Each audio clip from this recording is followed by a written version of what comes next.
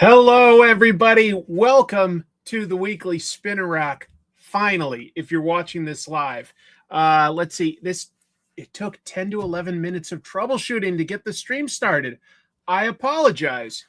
You don't care about that. I'm not going to bore you with the details, but yeah, I had to do some troubleshooting for the first time in years. Anyway, welcome to the show. Whether you're watching this on demand or if you're watching this with me right now live, this is a show about the week in comics. We're going to have some fun now that we finally got started. I'm going to start up a little ticker here to show you what kind of topics that we're going to talk about tonight. But we're going to talk about the latest comic book news, which does include farts. It absolutely does. It includes bankruptcies. It includes legal threats. It includes all sorts of new comic announcements and drama, but also a lot of fun stuff, just to be clear.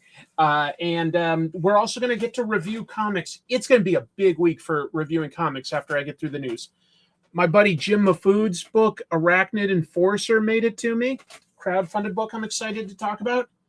65th anniversary of Fantastic Four. That's pretty impressive. Mask has some incredible changes to the Energon universe. Just some really incredible books this week. Royals, Chachu, Death Vigil. Really strong week for comics. I cannot wait to get into it with you. And once we get through all of that, I'll do a little bit of a cool down. We'll do some drawing and talk about the latest media and everything. But thank you so much all for being here. I'm very excited to talk about this stuff. Thank you, Dr. Shoebill. That's just really nice to get to start with a super chat. It's the only reason I do this show. No, I'm just kidding. Thank you very much, though. Especially since I will say I've got a re-edit of a video on my main channel, but YouTube won't let me monetize it. So it's just going to be a week without much income at all from YouTube, but it's just what it is. I still wanted to put it out there. We'll talk about that stuff way later. We want to get into the news of the week, don't we? So hello, everybody there in chat. I see you all. And oh, that's so nice to see, Beowulf. I know you're dealing with a flood just like me, if I'm remembering right. But I'm glad you got your book. That's really exciting. All right. Let's start, I think, with news of the week. We're sitting on top of the story of the century here. Put an ad on the front page. Cash money for a picture of Spider-Man. He doesn't want to be famous, and I'll make him infamous. Hi guys, this is April O'Neil from Channel 6 News, and I am here in beautiful New York City.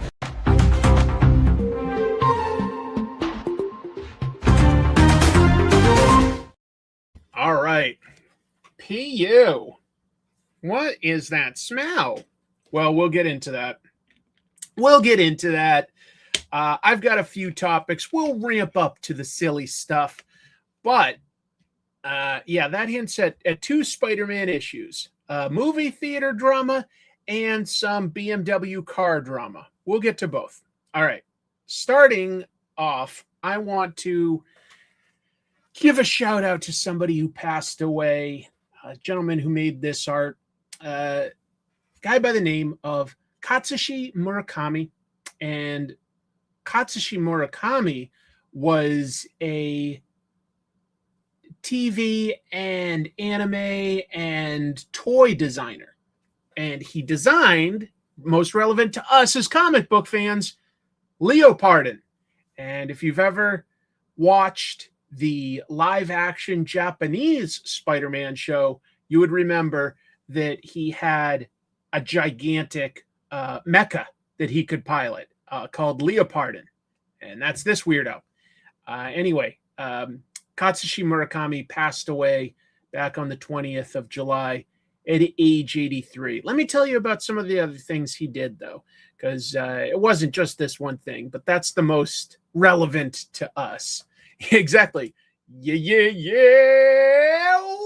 Wow. I love that theme song. Oh, my God. It's so catchy. Murakami also served as a mechanical designer for a bunch of anime, including Shin Tetsujin 28, Machine Robo Battle Hackers. Those are both pretty well known. Dozens more. I couldn't list it all. Huge career. He's credited as something called a planner.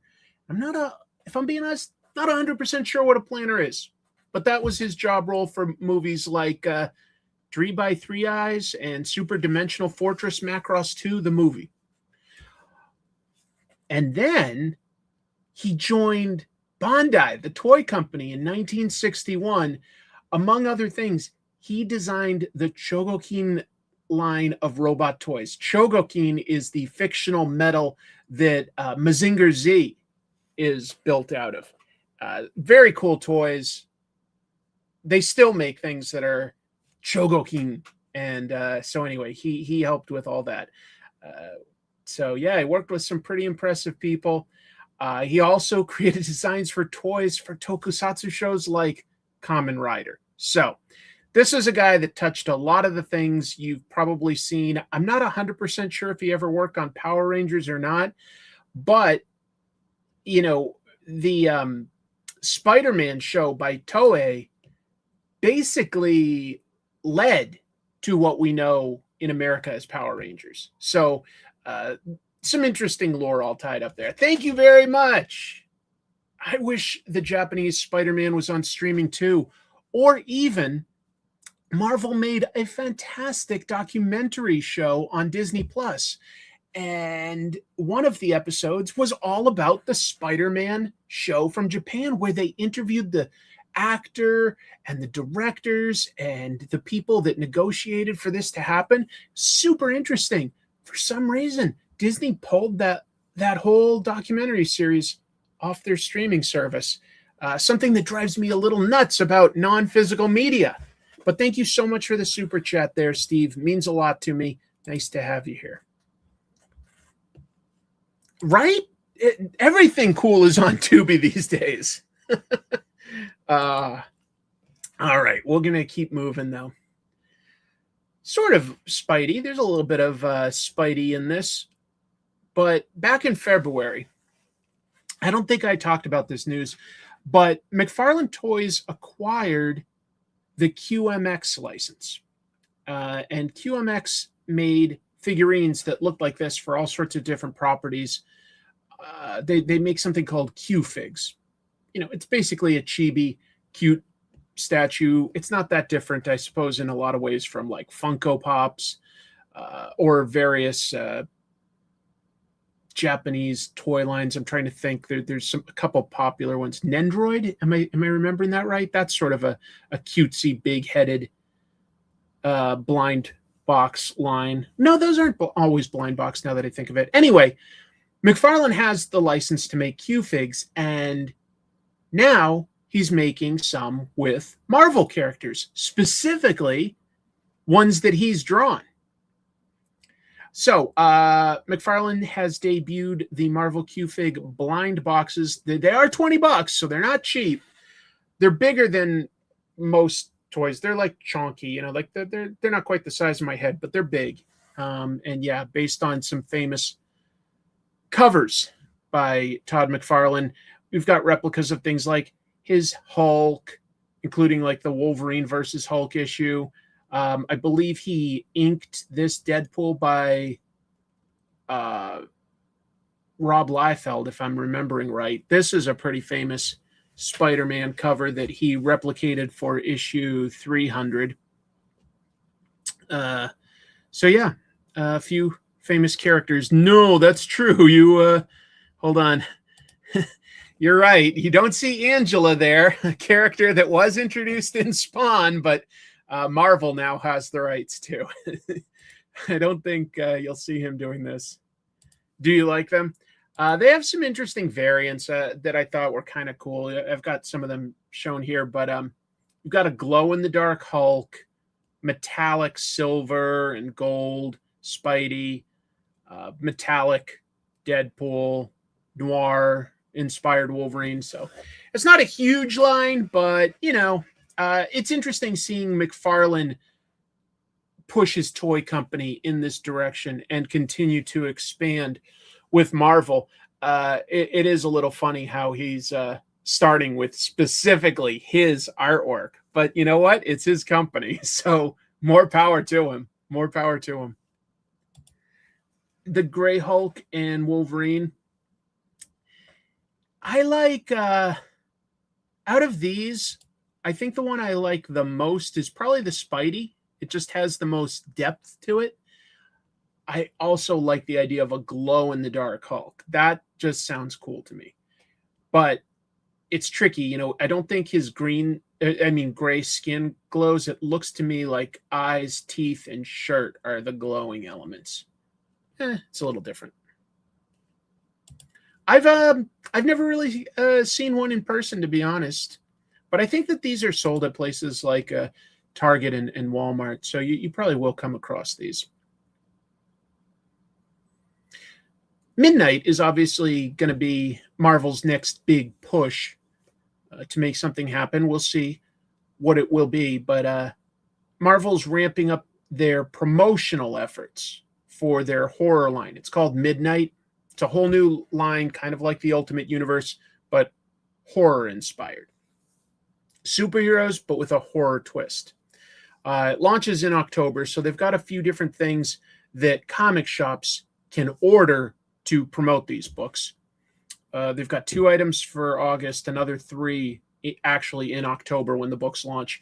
So you could get, if you're a store, a poster, and I said 24 by 26 here. I meant 24 by 36 inches, so 2 by 3 feet. And they will roll that if you're the store. You can order that for the 19th. You could also get a bundle of 50 copies of, this is new to me, Midnight Universe Black and White Ash Can. It's only 16 pages, so probably something like 5 or 6 pages to sample each of the 3 issues. Interesting idea. October 7th, they can order and sell to customers, us, a glow-in-the-dark poster. That is also, I think, 24 by 36, but they fold those. Anyway, they're sold in bundles of 50. They've got, 3 folded promo posters, 24 by 36. And finally, if you order 20 copies of each of the 3 launch titles, they've got X-Men, Fantastic Four, Spider-Man, the store gets a free LED midnight sign, which looks cool, but what's the shelf life on that? You know, like, it depends on how successful Midnight is. If Midnight is super successful, maybe you have that up in your store for 2 or 3 years. If this dies on the vine, you've gotten a bunch of copies of a comic and you have this sign that no one will remember in a few years. So it is sort of taking a gamble, but I do think that that's a very cool promo item. I do think that that's a pretty cool promo item. The idea to get a sign like this, it's not bad. It's not bad at all. I'm not 100% sure that I love the letterings choice, but I do like the design choice, showing, like midnight lit up there on a clock. I like that. That's a decent design choice. Not bad at all. I think these days you are likely to sell out of just about anything that's issue number 1 if it has a little bit of a marketing push behind it. People are buying stuff to see if it takes off. And some of it's been pretty fantastic, I will admit. Well, thanks for watching. Appreciate you having you here. What else we got from Marvel? All right, let's talk about the fart. Look at this poor woman covering her nose. This is real. So there was a Spider-Man screening at a movie theater down in Cartagena, Colombia, and it was evacuated due to a fart that apparently made the audience start to feel sick. So this was initially reported by something called Jam Press. You can find a video of it on YouTube. It's only about 20 seconds long. But on August 2nd, there was a premiere for Spider-Man Brand New Day at the Cine Colombia Multiplex inside the Plaza Boca Grande shopping center. Fair? There is video, like I said, of hundreds of audience members all being escorted into the hallway to clear the theater because they were so grossed out by the stink. There's also a guy that's like incredibly buff in Spider-Man cosplay that was there to see the movie. And he instantly is getting on his phone and like updating people. It's kind of funny. It occurred about halfway through the movie. So these poor folks, they're there at a premiere. They're halfway through Spider-Man, which I will argue is quite a good movie. And then the fart was so bad that they had to clear the theater. Talk about a pumpkin bomb. One attendee was quoted as saying, "To ruin a whole cinema like that, only God knows what that person ate." Let me make something clear. There is a chance that someone either set off a stink bomb or that they literally shit their pants if it's that bad. If it's that bad. But I feel for all these people. They were excited to see this movie and they all got cleared out. Oh, there was a type of a spider sense getting activated, a spider sense that we all have. Will the farter be sentenced soon? Yes. What would be the punishment? What would be the appropriate punishment for clearing out a movie theater with your fart? I don't know. Maybe they tried to time it at least to like something really gross in the movie. I'm trying to think. Does he doesn't fight like Sandman or something like that, so, or some sort of stinky villain like Vermin. Who was the one filmmaker in like the 50s that would make gimmicky horror movies? I want to say his name might have been something with like Hill, but he definitely had Vincent Price in a bunch of his movies, and he would try to have gimmicks like a ghost on a line, like fly through the audience. But he would also have like smell-o-vision, I want to say. William Castle, that's it. William Castle. Thanks, everybody. Yeah, maybe one of William Castle's relatives came back and said, we're gonna make this a stinky Spider-Man movie. It's just a weird story that I felt I had to share. I've got others. For instance, imagine if you owned a BMW, ostensibly a luxury brand, right? And when you turned on your car, this is the info screen for like your maps, your radio, your air conditioning controls. And this is what happens when you turn on your car every time. Take a look. Oh, cool. Yep, that's the car that I'm in. Yep. All right. Wait, what? Huh? What's Spider-Man? Why am I sitting through a Spider-Man ad when I'm just trying to start up my car? Oh, yeah. Thanks, Spider-Man. You've got a partnership and I should go see Brand New Day? Oh, thanks. So BMW owners are, in my opinion, completely justifiably annoyed because when you turn their cars on, you have to sit through a Spider-Man ad. What? Look, I understand that ads pay for, say, TV shows that we watch, right? I get it.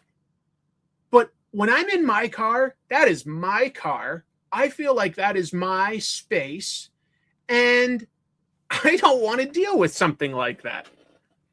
The startup animation promotes Spider-Man Brand New Day. It's displayed on specific cars. BMW operating system 7 through 10. That's almost all the new cars. And it was rolled out in more than 70 countries worldwide. Thanks. The campaign began July 27th. It will run through today, August 10th, and then they'll do an over-the-air update, and tomorrow you don't have to sit through that anymore if you own a BMW. BMW has argued that it isn't really an ad, it's reciprocal product placement because their cars appeared in the movie.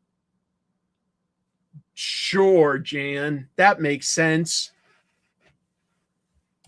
Next, you can open your refrigerator and you'll have ads before you can open it.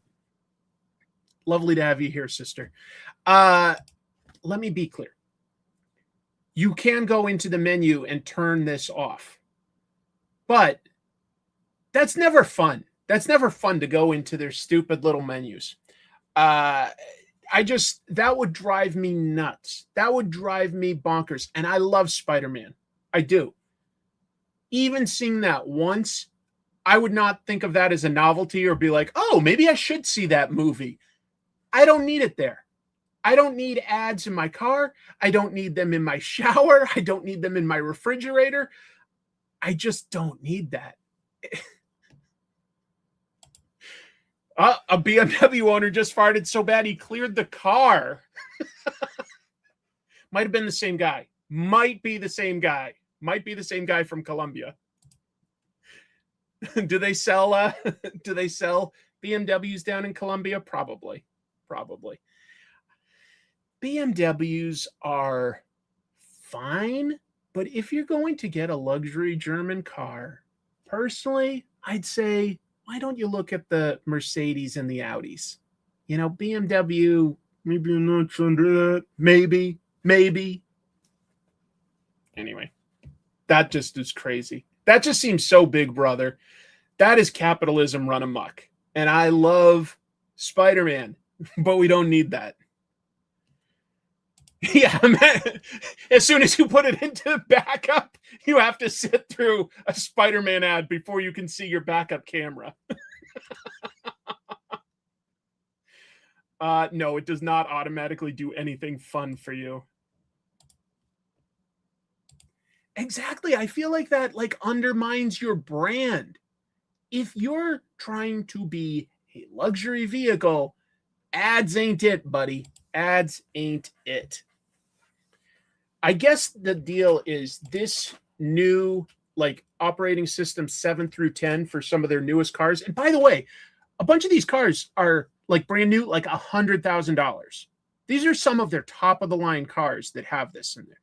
Imagine spending $100,000 on a new car and turning it on and you get a cheesy Spider-Man ad.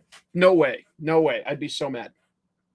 But they did this because it's an entertainment center. Tesla kind of got that ball rolling where, say you're waiting for somebody for a doctor's visit and you're stuck in the car, or you're waiting to pick them up at the airport. Now you have all these games and streaming things you can do on your screen. I think that's completely unnecessary. We all have phones and devices. I don't think any of us need to stream Netflix or play Tetris on our phone. On our car. It's too much for me. It's too much. The menu system for Tesla drives me nuts. If you want to open a glove box, you have to go into the menu. It's at least 2 buttons, sometimes more, depending on where you are in the menu. At least 2 buttons you have to push and then look through your options and click to open a glove box. Ugh. Doom has been ported to a lot of different systems. Can you now play Doom on this? That's a good question. I bet you they probably could make it so that the steering wheel and your touch things for volume or switching channels, you could definitely play Doom on a car these days. You definitely could.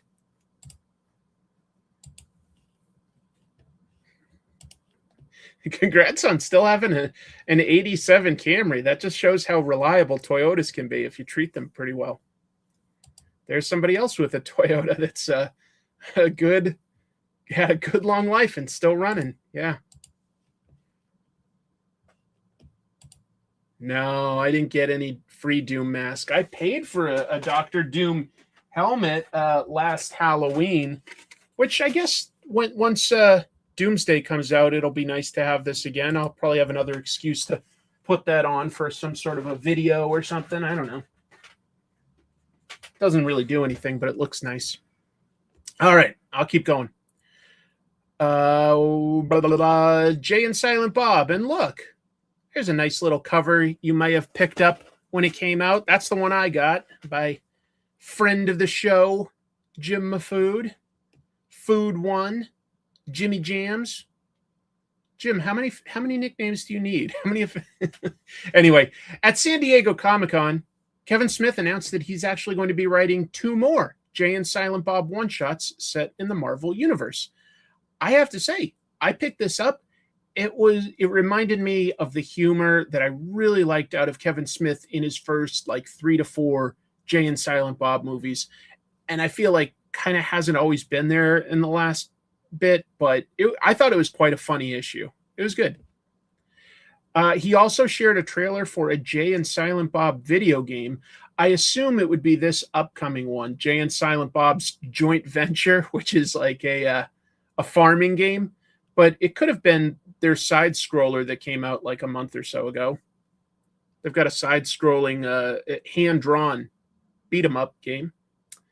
And finally, Smith did tell the audience he's working on another film that will start this November, but he couldn't share any details. Because he talked about all of this together, it might be another Jay and Silent Bob thing. I don't know. If you didn't see, about like a week ago or so only, Kevin Smith and Jason Mewes started a YouTube show. It's a new podcast. So, yeah, it's kind of cute. That's wild. I had no idea you could be Jay and Silent Bob in Call of Duty. Clerks 3 was pretty sad. But you know what? It wasn't too bad. That was a pretty good one. Didn't really care too much about like Clerks 2 or Jay and Silent Bob reboot. Didn't really, but Clerks 3 I liked. I think this is lovely. Let me get into it. So this September, DC is going to celebrate the life of Joe Kubert, an artist who definitely did a lot of important work there. He worked for a lot of companies, but he did a lot of work for DC. I think he helped establish a lot of identity for them. And this September would have been his 100th birthday. So they're going to release several comics featuring his art to honor him. This, what I'm showing you, was an issue of DC Special, which was kind of like an early version of Solo, if you ever saw that DC book, where creators could sort of put what they wanted in. It was mostly reprints, but they'd put their best stuff in it. It was a nice series. Look at this. Did you see what just happened? This is an homage. So there's going to be a facsimile edition of DC Special 5. It featured 4 stories handpicked by Joe Kubert that he made that he was very proud of. And then this jam variant cover you can get by artists and students that knew Joe. We've got his granddaughter, Emma, on, who's his Tarzan character? All of a sudden, I'm having a brain fart. But we've got Jan Duursema on Superman. I think that might be Steve Bissette. Is that Steve Bissette? No, that's not Steve Bissette. That's probably Tom Mandrake doing Vigilante. Amanda Connor on whoever this weirdo is. But we've got all sorts. We've got his sons, just to be clear, Adam and Andy. We've got Lee Weeks, a super important graduate and instructor. We've got Steve Lieber up here. I think this might be Steve Bissette on Wildcat. Yeah, a lot of great artists. Tor, thank you very much, everybody. Tor, yes. Emma drawing Tor. Appreciate that. Anyway, I just think that's kind of cool, having a bunch of really cool artists. Oh, by the way, Zatanna here, that's by Zatara. That's by Rick Veitch. I can see that. Yeah. We've also got this book coming. Joe Kubert, 100 Years, A Life in Covers. It's going to be a gallery of all sorts of important covers that he did. He did a lot of memorable covers. I mean, especially for Sergeant Rock, a lot of great war covers. But, you know, he did Hawkman, and he did Tor, and he did all sorts of DC stuff over the years. So there should be a lot of really cool stuff. Yeah, Tor he created with Norman Maurer, and those guys also teamed up to make the first 3D comic books. I've got an episode about that if you're ever curious over on my Comic Tropes page. And this book, a deluxe hardcover version of Sergeant Rock, which I think most people would agree is his signature series. Tor was his creator-owned book, very important also, and he did a lot of great, more real-life stuff in his final years. Really, really impressive. But I think that the main thing people know him for is definitely Sergeant Rock. Anyway, all three come out September 16th. Sorry, what was that question? I'm missing it. Oh, yeah, there it is. Do I feel DC is better at treating its artists than Marvel? I think it goes back and forth, which is probably why a lot of artists have gone back and forth throughout the years. It depends. They've all gone back and forth with policies as far as returning art, giving incentives or royalties or bonuses. They go back and forth. The nice thing about now is those used to be the big guns. You know, it was always called the big two. And even though there'd always be, Dell or Eclipse or Dark Horse through the years, until Image came out, there weren't really any good alternatives. And that's the floodgates have opened. You can take your ideas or your talents to a lot of different publishers these days. It's really impressive. It's still very competitive. I don't think that the pay rates have increased with the cost of living increases, but your opportunities have opened up if you're already in the industry. Your opportunities for where to work. But I just also thought that these were three really nice projects to honor somebody that's important to DC's history. The Joe Kubert 100 Years, A Life in Covers, I believe, has also an opening essay by Katie Kubert, another one of his granddaughters. There's like five people from his family that are in comics, because of course there's Adam and Andy, and then he's got grandkids. I know Katie and Emma. I want to say there's one more that all of a sudden isn't coming to my head, but I think that there's a fifth grandkid that works in comics. Which is kind of cool. Legacy thing. You see it sometimes in pro wrestling. You don't see it in comics a whole lot. A whole lot. As long as I'm talking about DC, I thought this would be at least fun before the summer ends to mention Six Flags has once again teamed up with Warner Brothers to bring back their DC Heroes and Villains Fest. That basically just means a bunch of live action actors doing a show. This year, they're going to do it at the Six Flags Great Adventure Park. That's the one in New Jersey. So if you're in the Northeast, this is an option you might want to go see. If you did, just know that it takes place from August 7th. So a few days ago it started, goes through the end of the month, the 30th. You got live performers as Batman, Robin, there's Catwoman, Joker, Harley Quinn, Superman. I said Green Lantern and Wonder Woman. I might be wrong about Green Lantern, actually. Now that I think of it, I might have invented that one myself. And then there's 4 DC-themed rides and special foods. Superman Burger, Lux Lex Chicken Sandwich. Yes, I've always dreamt of having a chicken sandwich named after a supervillain. Very excited for that. Harley Quinn Tenders. What does Harley have to do with chicken tenders? I don't know, but you got to put somebody's name on them. Shouldn't they be like the Hawkman Tenders or Hawk and Dove chicken fries, something like that? Maybe I'm putting too much thought into this with all of 3 seconds of thought. Signature cocktails and mocktails. We've got the Metropolis Smash. That sounds like it should really be a My Hero Academia drink. Just my opinion. Golden Lasso. All right. Queen of Chaos. I don't know what that is. Last Laugh. Okay. Hero in Training and Villain in Training. Yeah, I'm a villain in training. Get me my drink. What's Villain in Training? Like just a glass of whiskey for an underage kid? I'm a villain in training. It had been. It's an old one that I've re-edited to try to get approved. It's currently going through some appeals again.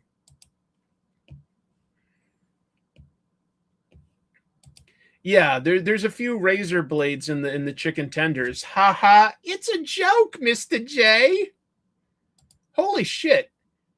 That just seems like the most obvious one in the world to do. Yeah, of course there should be a good salad and name it after Swamp Thing. Maybe that just doesn't sound appealing to them, like swamp salad. But I think it fits the brand about as well as any of them. I think that's smart. Jason Woodrow, the Floronic Man salad. Oh, stop. A dessert called the Harley Quinn pudding? Stop making sense. Look at how just like us talking back and forth can come up with 3 or 4 better food ideas. Like, who creates this stuff? Hey, thank you, Luke. Let's see. Happy belated. Thank you. Yes, a few days ago was my birthday. I hope everyone's doing well this evening. We seem to be having a good time together. We seem to be having a good time. All right. That was just fun for us to joke about, but I've got other news. Real news, right? Some more DC stuff. I'm just impressed with what they've built here. Kami Garcia and Gabriel Piccolo have made 6 Teen Titans young adult graphic novels for DC, including one that just came out this past week. And DC has already announced that their next book will be Young Justice, Kid Flash, and Blue Beetle. So, Garcia was a young adult author, and Piccolo pretty much a fan artist back in 2019 when they began. And DC did not have a young adult graphic novel line back then, but the line has become very successful. And DC is going to continue their young adult work by reviving the Young Justice brand. I think that's pretty clever, to be honest. The duo, Kami and Gabriel, are currently on a multi-city tour to promote this month's final Teen Titans book, Teen Titans Together. That finally unites the individual superheroes that they've put in their individual graphic novels. Anyway, DC says that they'll have more details about what the story's about and when it comes out soon. But for now, it's just impressive to me that they've built this young adult line with several books in it. Hey, thank you, Beowulf. Happy birthday to the YouTube outlaw who put out the Omaha episode, Treat Yourself to a Snowflame Beef Stew at Six Flags. I assume that's where they just dip a little cocaine in the beef stew. Snowflame, powered by cocaine. Powered by cocaine. Real supervillain. I like the idea, though. Snowflame stew.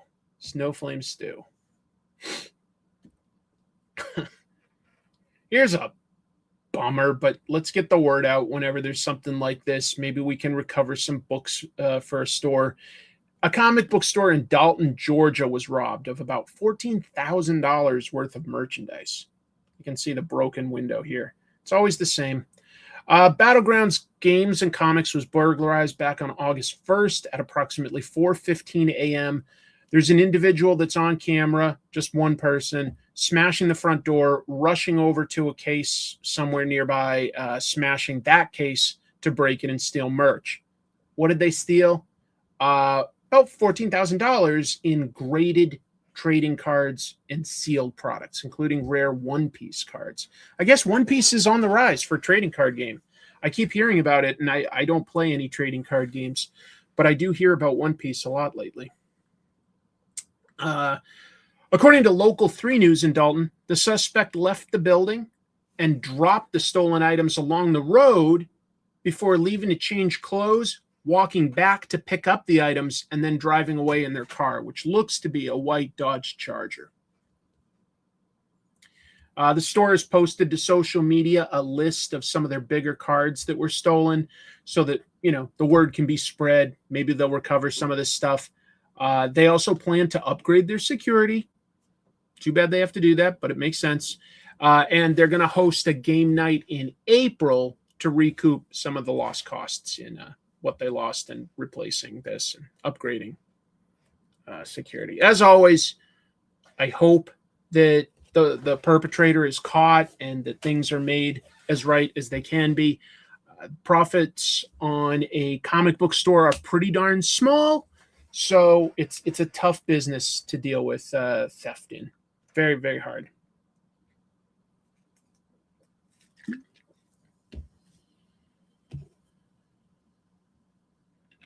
Kull. There have been some cool Kull comics. There was also a Kull movie, but it sucked. Anyway, Titan Comics. They're the publishers these days of the Conan comics, which are very good, by the way. That's why I'm mentioning something else they're doing. They've announced plans for a new comic book series based on Kull. And Kull was basically the prototype or the first version for Conan. In fact, Conan came from a rejected Kull story. Robert E. Howard rewrote it, and it became Conan. But Kull basically was created 3 years before Conan by Robert E. Howard. And what's the difference? Well, first of all, he exists in an age before Conan. Same world, but like long time before. I believe they call it the Thrulian Age instead of the Sumerian Age, or the Hyborian Age, excuse me. Sumeria is where Conan's from, but it's called the Hyborian Age. Kull is from the Thrulian Age. He's a lot different. He's a warrior. He becomes a king, but he's way more introspective, and he's kind of asexual. He is not interested in romance, whereas Conan frequently beds women, on his journeys and stuff like that. He's a lusty warrior, but Kull is pretty different in that way. So their differences became more pronounced as each got more stories. Anyway, the creators on it are really cool. John Arcudi, who I absolutely loved both The Mask and BPRD by Arcudi, and Mark Buckingham. Great artwork in Fables and in Miracle Man. Those are just two creators that I respect the hell out of. So I'm a little curious, to be honest. I'm a little curious. Titan also announced a new initiative of books based on the works of Tarzan and John Carter of Mars. They've created an agreement with the Edgar Rice Burroughs estate, I think it's called. Anyway, currently those books are being published by Dynamite. So I don't know if it's like the rights changing hands or if the rights are slightly different. I'm not 100% clear on that. All I know is that Titan said that line will launch in summer of 2027 with a new comic starring John Carter's love interest, Deja Thoris. I never saw that Disney John Carter live action movie. A lot of people said that it was good, but I know it bombed tremendously. I've never seen it. Anyone ever see that movie version? I'm curious if it's any good. There was a Kull movie in, I want to say, the 90s starring Kevin Sorbo, who was famous for that Hercules TV show. He's become a real weirdo. It's not that good, though. John Carter is a mess. I liked the movie. It didn't deserve to bomb. Titan does apparently do Doctor Who books. What is even happening with Doctor Who? It needs I guess a little break, and it needs a bit of a reboot. It needs a reset with somebody with a good new idea, because Doctor Who has had many amazing eras, but I haven't been super excited about it for quite a long time now, and I love it.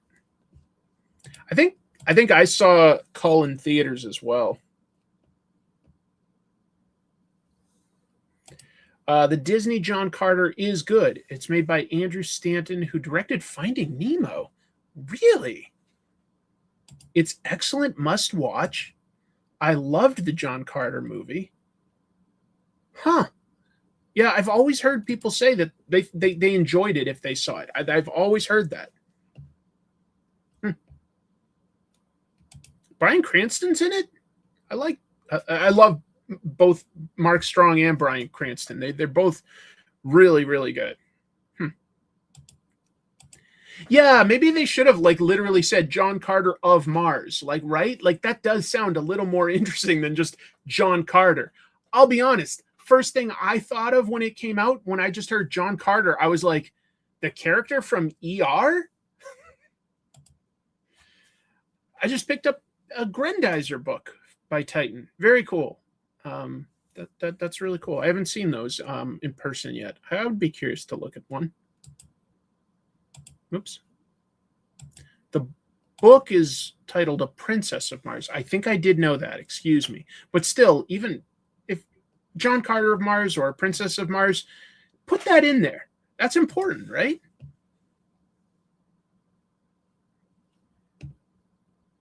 All right. Folks, did you think we were done talking about Diamond distribution? Never. But there is actually a bit of we're ending a chapter of things right now. This is a real shot of their warehouse is all. After many months of legal battles, the Diamond Comics trustee, the person that Diamond appointed to be in charge of settling certain affairs, has reached an agreement to return inventory to a group of comic book publishers who banded together to get their comics back from the Diamond warehouse. They said it was on consignment. You don't have the rights to our books. Give us that inventory back. It's worth something. The publishers in what was called the consignment group included Ablaze, American Mythology, Avatar, Action Lab, Boom, Drawn and Quarterly, Dynamite, Fantagraphics, Green Ronin, Living the Line, Paizo, Udon, and Zenoscope. As far as indie publishers go, I think a lot of recognizable names in there. A lot of recognizable names. According to the new agreement, the publishers are forfeiting over $600,000 in fees. They're just wiping that off in order to get their inventory back. Although they will still get paid for some reason $50,000. So who knows how these things get settled and agreed upon. It's likely like we agree to give up this much, but we also agree that we'll get paid this much. And it's like, we'll just subtract it and say we'll get owed this. No, they separate all that stuff. Oh, no kidding. Paizo lost 10 million. I know that Dynamite lost a lot. All these guys did. They banded together and sued as a group. What happened is they've now settled. So here's what will happen to wrap it up now that they've all agreed to certain terms. The publishers get to designate 3 representatives, for like 3 total for all of these guys. And those representatives get to visit the warehouse to identify the remaining inventory. So they get to go, like 3 people are going to be responsible for saying, that's Dynamites, that's Ablazes, that's Drawn and Quarterlies, make a note of all this stuff. That's what we're taking back. And then they have 30 days once they've identified the inventory to either pick it up or just say, we don't want it. And then Diamond would get to keep it or destroy it. It's up to them at that point. But it would be deemed abandoned. So they get to send 3 representatives to visit the warehouse, and then they've got 1 month to get it picked up. And then it'll be done. The publishers have also terminated all their remaining distribution agreements with Diamond. Yeah, I would think so. It's too bad. Because, there were accounts that Diamond was selling off some of this inventory a couple times. I'm sure that some of that has gone missing. American Mythology almost closed down over this. I remember that. Yep. Yeah. I think that their ultimate goal was not so much for the distribution arm of things. It was to get the other things that Diamond owns, like their toy brand, Diamond Select, and things like that. Yeah. I think that they didn't care too much about the distribution, to be honest. But that seems to me like a total waste. Well, we've closed that. There was the consignment group. There was another group of publishers, though, just to be clear, that's still saying that they should get their inventory back. So this isn't 100% done yet, but it's Very close. It's very, very close. Judge Dredd. I love talking about Judge Dredd. If I've got an excuse to, I will talk Dredd. 2027 will be Judge Dredd's 50th anniversary. And this week, publisher 2000 AD announced some details for its upcoming reprint line, Compact Crimes. Great name, good branding. Volume 1 is going to come out January 6th. It's at the standard compact comic size, 200 pages or so, $12.99 US. I think 10 pounds for those in England. The line will reprint every Judge Dredd story in the order it was released in black and white. Listen to the creatives in these early years. Pat Mills, John Wagner, Carlos Ezquerra, Brian Bolland, Mick McMahon, Ian Gibson. Murderer's row of talent. You can understand why there was a British invasion in the 80s when this is who they had at that point. Just amazing talent. The earliest Judge Dredd reads a lot different than you might think if your biggest exposure is either modern Dredd stories or the movies, because they're short. Like, it came out in a weekly anthology. It was only about like 8-page stories. So they're very short ideas. It takes a while until they start really building out the mythology and exploring things like cursed earth, corrupt judges, things like that. It takes a while, but it is pretty cool from the beginning. It really is. It's more satirical, but like not like silly satirical so much as like America has a problem with violence. Let's talk about it. The line is going to continue with monthly releases of these compact things. And you can pre-order right now all the way up through volume 4 for April. So they've got January, February, March, April, all available right now. Volume 2 is going to be cool because that includes the first Cursed Earth story. And it's going to reprint the previously banned episodes Burger Wars, that was in 2 of the weekly issues, and Soul Food, which was in another 2. They came out, they haven't been reprinted. Allegedly, they were suppressed for decades because of legal threats over parodies of corporate mascots like Ronald McDonald and the Michelin Man. But we're finally going to get all this. So if you've never read Judge Dredd, I think this is one of the most affordable, easy ways to get into it. Judge Dredd has some really cool sci-fi ideas, some really cool satire of capitalism and violence, just a lot of good ideas and a lot of great artwork, really, really good. So I just wanted to put that on people's radar. I know January is still a ways away at this point, but you know, these are going to be coming out monthly. $13 for over 200 pages.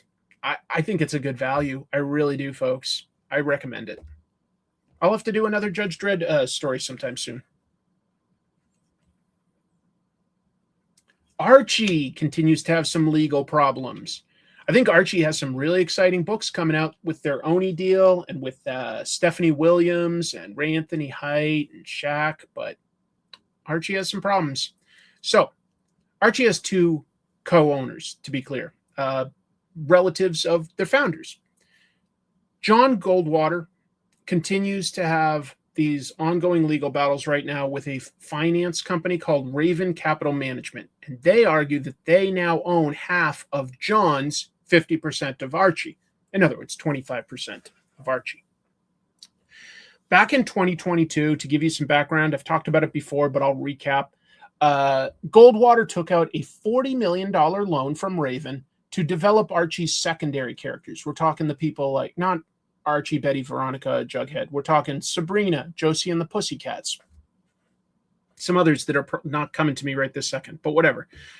They wanted to make it into a film, but it fell apart. And honestly, I didn't even put it all in here, but there was a guy that was in sort of a broker, a producer that was going to make this happen.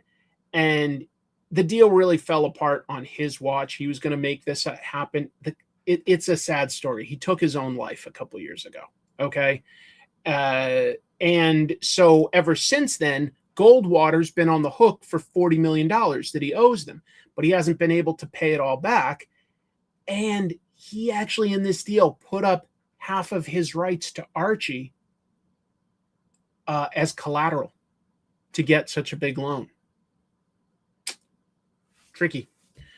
Raven is fighting in courts to get that, but to be clear, Goldwater is countersued Raven, saying that there's been some improprieties with their deal and how they've acted. I don't know.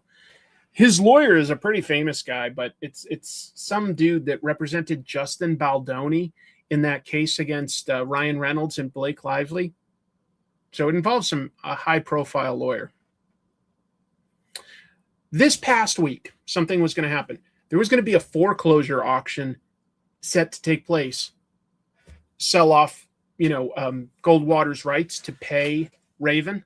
But Goldwater's lawyers were able at the last minute to get a halt on the auction on an appeal. So it gives them some breathing room. Raven is trying to get a little bit more than just the 25% of Archie because of previous deals they've made. They have equity interests that they acquired back in 2024 in a foreclosure sale. One of the companies had an exclusive license to develop certain Archie characters, and another company that Raven owns now had a 22.5% economic interest in the publisher. Not rights, but an economic interest. So Raven, that's so Raven. They're going to eat well and become fatso Raven. Archie is... and look, end of the road, the worst case scenario for John Goldwater is he loses half of his rights. Archie Comics would basically still continue to exist. I forget the name of the lady that has the other 50%, but she has 50%. He'd still have 25%. I don't think a whole lot would change, but a quarter of the company would be owned by a finance company if it happens. I hope it can all get settled to everyone's satisfaction, but it got messy. Guy took a really big gamble there on the $40 million loan. I think he basically wanted to try to make Archie movies themselves, right? Which is kind of what Marvel did with the MCU. Marvel's gamble paid off, and it wasn't like a for sure thing, especially not when the second movie, Hulk, just kind of broke even. It wasn't a huge success like Iron Man. Things were pretty iffy for them for a while there, but it paid off, and I think Archie wanted to try to do that too, and unfortunately that didn't happen. Now they do have a new deal supposedly going on with Universal to develop it, but that's Universal basically licensing the rights and developing it themselves. That's not the same as Archie making it themselves. I'm still very much looking forward to the new Oni Archie line. I think it should be cool.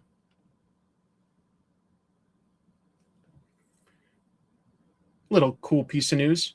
This past Friday, director John Carpenter, also pretty successful musician, released a new album to accompany the graphic novel Cathedral, which is published by his comics company, Storm King. Technically, it's his wife, Sandy King's company, but he has a lot of input into it. The project apparently started as a dream Carpenter had about an abandoned church in Los Angeles that had an elevator down to hell. And in interviews, he said, I've never developed my dreams into any of my movie ideas before, but this one just stuck with me. And so it's become a comic and an album. And I think that's cool because there's not too many comics that have an album attached to them. I'm sure it's been done. It has not been done a lot.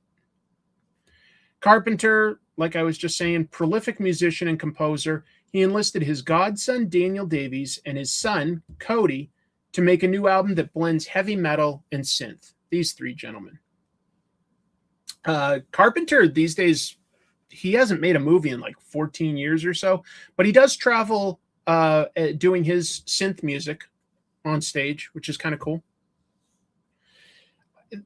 So created in collaboration with Sandy King, his wife that I mentioned, publisher of Storm King Comics, and writer Sean Sobchak, with illustrations by Federico De Luca and Luis Guaragna.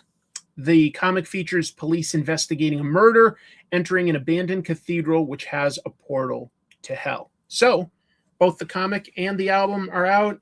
Just thought I'd put it out there because that's different, man. That's unique. I think it's really cool, to be honest. I think it's super cool. I wonder if he would still direct a movie if he was given, a budget and control. I feel like he would. I feel like he's kept himself pretty darn active. He just doesn't want to deal with a studio system. He won't come out and say it too much, but I think making The Invisible Man with Chevy Chase really, really didn't make him too happy.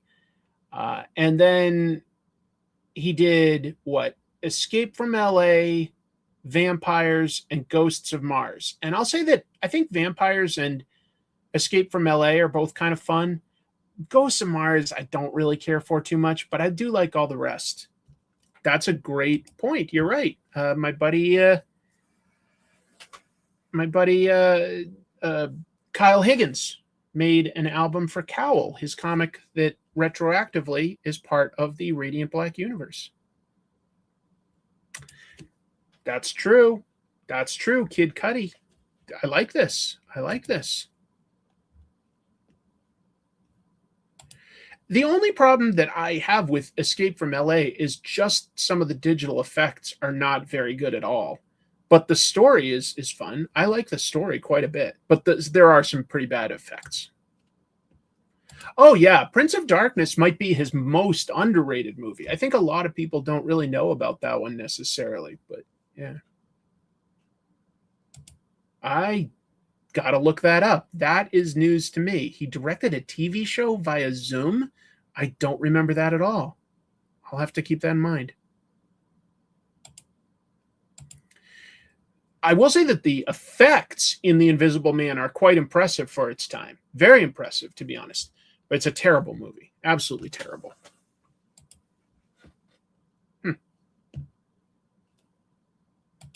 Babes in Toyland did a Witchblade soundtrack. I don't remember that at all. Thanks for sharing. That's really cool.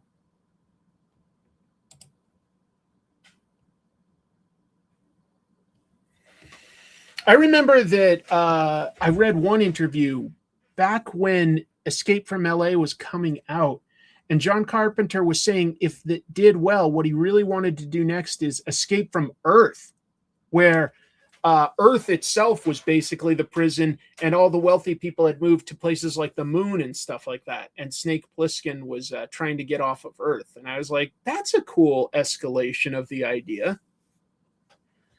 I think that Escape from New York holds up pretty well. The story holds up well. It's weird, but it's good. It's good. It's real good. I like all of John Carpenter's movies, except maybe Ghosts of Mars. I think I liked all of his other movies. Well, I guess I didn't like Invisible Man either. I don't always consider that his, but it is. But yeah, I mean, Halloween, Escape from New York, The Thing, Big Trouble in Little China. So many fun movies. Mouth of Madness, Prince of Darkness. God, he really is a cool iconoclast type of director. Assault on Precinct 13. Yes, totally agree. They live. Yeah, awesome. The Fog's pretty good. It's not my favorite, but I like it.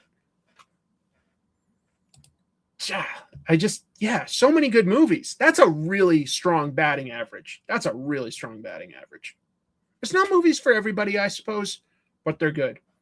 I'll have to think of like maybe one of the underrated ones, like maybe Prince of Darkness would be the kind of thing to do on Trash Movie Bonanza to tell people like, hey, this is one you're sleeping on. Maybe. I'll keep going. All right, Dark Horse stuff. So the Dark Horse Workers Union held a rally this past week after they claimed that Dark Horse asked senior managers who are part of the union to take on new management roles and leave the union or take a pay cut. Let me explain.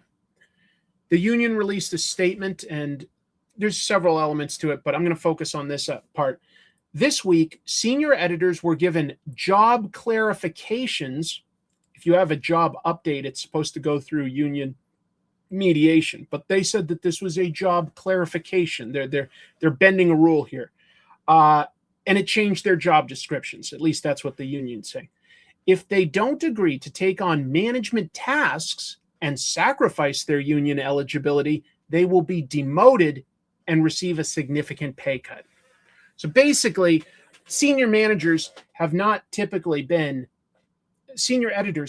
management. Why would they be? They're editors. But now Dark Horse is trying to retroactively say senior editors are part of management, so they don't get to be part of your union. According to Publishers Weekly, the pay cuts would be about $10,000 a year. Not insignificant, no matter what you're earning. That is a big step down. Last Monday, so a week ago, union members held a union-busting protest and even dressed up in cosplay for it. They made this little poster to spread the word. The union is asking Dark Horse to enter good faith negotiations to protect senior editors. I hope that goes well. Hey, Chris, there's an interesting documentary on YouTube called Steve Ditko Beyond the Myth. Who made it?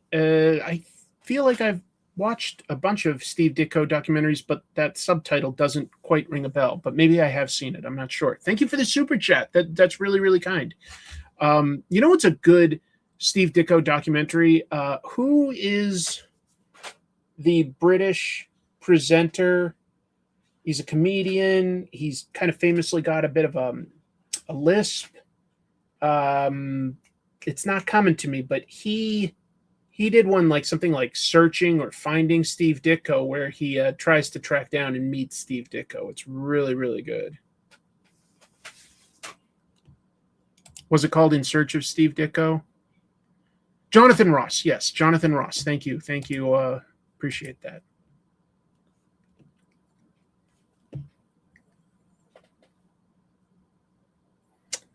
And my last piece of news before we get into doing a ton of reviews, because there were some great comics this week. A documentary about Harvey Kurtzman. To the left here, you see a new poster for the upcoming documentary about cartoonist and editor Harvey Kurtzman. Among his many accomplishments, he started Mad Magazine. Really funny guy, really unique gentleman. The documentary is produced by Terry Gilliam from Monty Python, and directed by Bart Simpson. Yes, that's a real person, to be clear. Bart Simpson is a real person who, among other things, this is related to comics, he produced the 2006 documentary on Jean Giraud, Mobius Redux, A Life in Pictures. So, real person. Anyway, the film features footage of Kurtzman. It's got interviews with people like Matt Groening, Terry Gilliam, Robert Crumb, Art Spiegelman. Sounds interesting to me.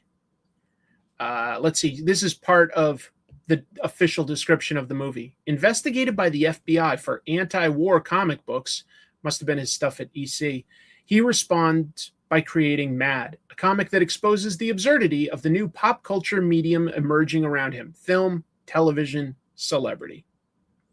The film is going to premiere this week, the 16th, at the Edinburgh International Film Festival, and it's competing for the Sean Connery Film of the Year award that they have.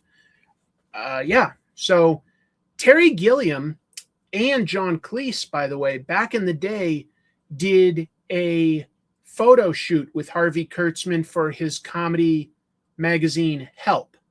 So they had met him back in the day when they were all really young. Correct.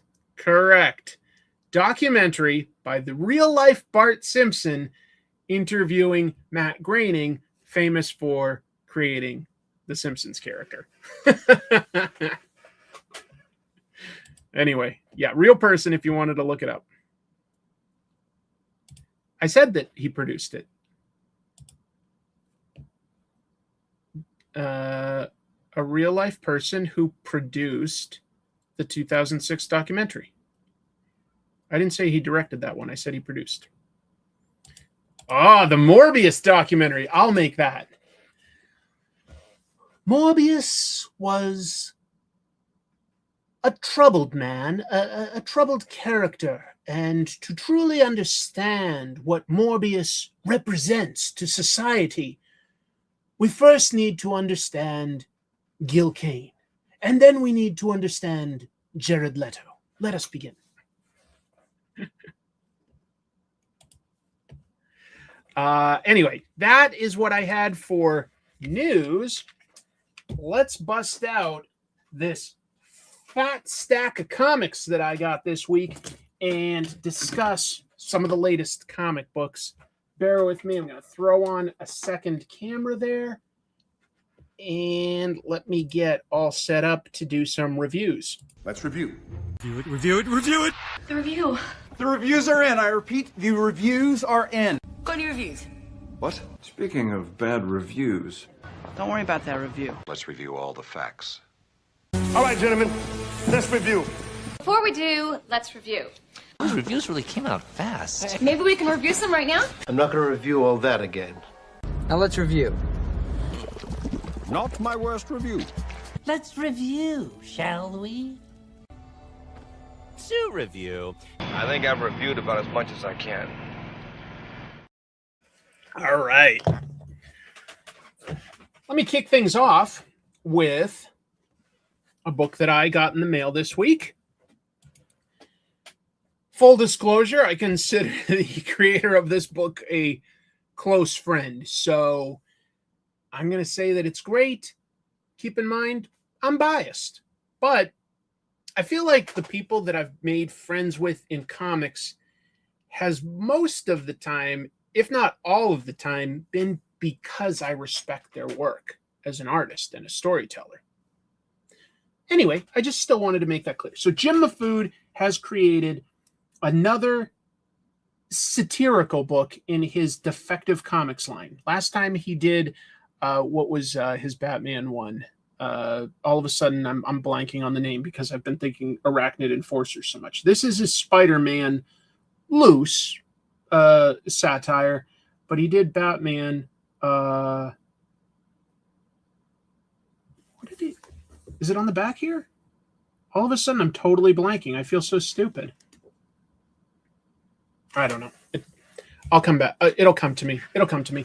What is this book? It is black and white and orange, written and illustrated and lettered, colored, all that good stuff by Jim, which means it is psychedelic street art, but it's also got some traditional comic book elements to it too.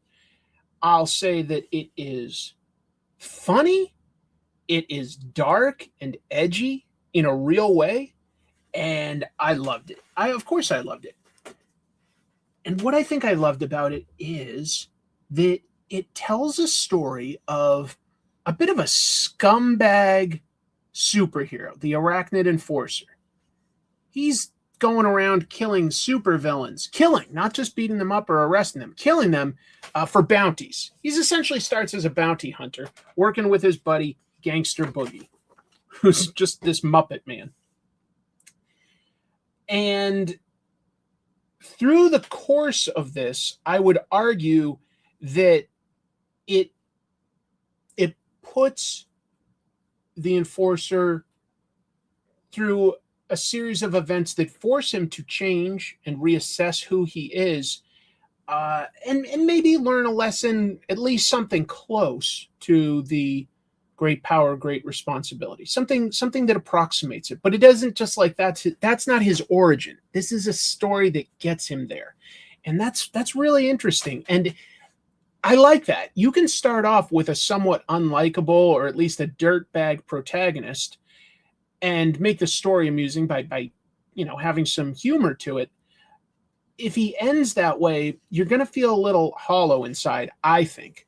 But because this guy goes through a character arc, I found myself really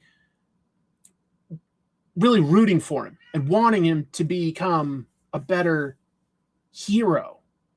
Anyway, this isn't simply a one-for-one, hey, here's a parody of Dr. Octopus, here's a parody of J. Jonah Jameson, here's a parody of this or that. It takes the ideas and the tropes in a lot of ways of what Spider-Man is. He does still have, for instance, an aunt and a suit and a mission, and it really just sort of goes in a completely different direction with all of that. Really different. So anyway, look, I have grown to really love and respect Jim's art. I think originally I had dismissed some of Jim's early comics because they looked deceptively simple. First of all, his style has absolutely continued to evolve, so it's not the same as his earliest books like Clerks or something. But I think the more I look at it, the more I go, no, there's some real storytelling decisions going on here. Some things I like quite a bit. He knows to give us establishing shots. He understands how to have things paced in a way that flows in, a Z pattern left to right and doesn't break weird 180-degree rules. So even though if you just glance at it, there's quite a lot of stuff vying for your attention, if you pause and read each panel, it really starts to flow in a very nice manner. Yeah, a lot of us, I guess.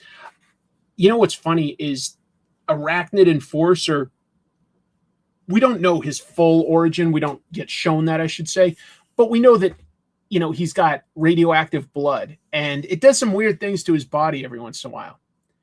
There is a villain here that's basically riffing on Mysterio. Except I find him much more disturbing because instead of just special effects, he really has supernatural abilities. He's got an assistant here that just flat out has MF Doom's mask. Love that little detail. Really, really cool. And it just sort of builds a whole world that's really cool. Oh, also, there's a part here where, since it's a bit of a supernatural story, Arachnid Enforcer goes between dimensions, and you can't tell me that this isn't inspired on some level by the way Steve Ditko, who co-created Spider-Man, would also represent Doctor Strange having interdimensional journeys. I also enjoy seeing a variety of techniques in media. Somebody like Bill Sienkiewicz is just an absolute favorite of mine. You know that I like Daniel Warren Johnson. Those are guys that use mixed media, and Jim does the same. There's splattered white paint. There's smudged different types of inks. There's literal screen tones. There's all sorts of different techniques used, and I think it adds to a depth and texture. Oh, Jim, you're actually here. That's awesome. Yeah, there's some Ditko thievery, but I wouldn't call it thievery. I'd say that counts as inspiration, but that is definitely not copied. But that's nice that I'm glad that I'm right about that. I don't want to give too much away about the full story or anything. I think that you should get it yourself. So look, this was a crowdfunded book, right? So right now, the fulfillment is still going on. I was glad that I got my book this week so I could chat with you guys about it. Talking to Jim, it sounds like once fulfillment is complete, he might be able to open the doors to selling copies. The first responsibility is always take care of the people that backed it. And there's a lot of them. But yeah, he said that around September timeframe, he should be able to put some of these up on his website. So I wanted to put that on people's radar. Jim is so nice. He gave a plug to the Trash Movie Bonanza show that we do there with a little QR code. Smart. Really good advertising on the back, like QR codes to take you to things like his Ink Pulp show, his merch store. That's really, really nice. Signature on the back. He put me in the thanks along with a lot of really talented artists. That's insanely kind. Insanely kind. Oh, that's interesting. The black-white detail reminds me of some Wally Wood inked space stuff. I think that Jim obviously pulls from a lot of sources, but we should not underestimate how much he loves comics and comics history. The fact that he hangs out here with us, I think, is one indication. Another is that he does ink pulp with Sean and Mateo and Eric and all of their amazing guests. And he talks about the craft and he talks about comic history. So Jim loves comics, and I love that. And you also get this if you backed it at just the base level. It's a nice stitched gangster boogie creep squad. What do you call this? Like not a badge. What's it called when it's stitched like this? I forget what a good name for this is. I feel like I'm getting old, folks. I feel like I'm starting to have trouble remembering basic words. Maybe I should just be more confident calling it a badge. What? I thought I heard my wife shout out what it was. Oh, patch. Everybody's just saying patch. Okay. Sorry, everybody. You're right. Not badge. Patch. Excuse me. Silly. Very good book. Strong recommend. If I could just spoil it, I would go further. You know what? Fairly recently, no, I meant patch. Fairly recently, I sat in with my buddy Dave from West Coast Avengers, and we did a page-by-page analysis of Daniel Warren Johnson's Duo Powerbomb. I had a lot of fun doing that. I would have a lot of fun breaking down the techniques and inspirations and stuff by Jim as well. That would be fun for me.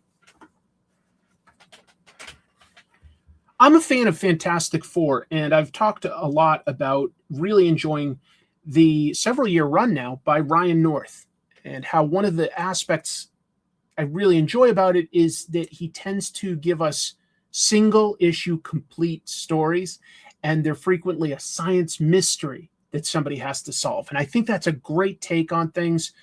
He's got a big family, but instead of throwing all of them in there to just fight a big enemy, it's usually like pairings or small groups of the team and extended family members solving problems in new ways. And this one comes up with a story that's brand new, but allows us to look back at the history of Fantastic Four in a really nice way. So basically, it starts in the early 1700s, okay? Early 1700s, a scullery maid, a janitor of sorts, sees the Fantastic Four sort of appear before her. And they talk about how one of their villains has thrown them backwards in time, and they're just like having these moments where they can jump in and ask for help. But they're going backwards while this girl that they talk to is going forwards, and they say, we need help.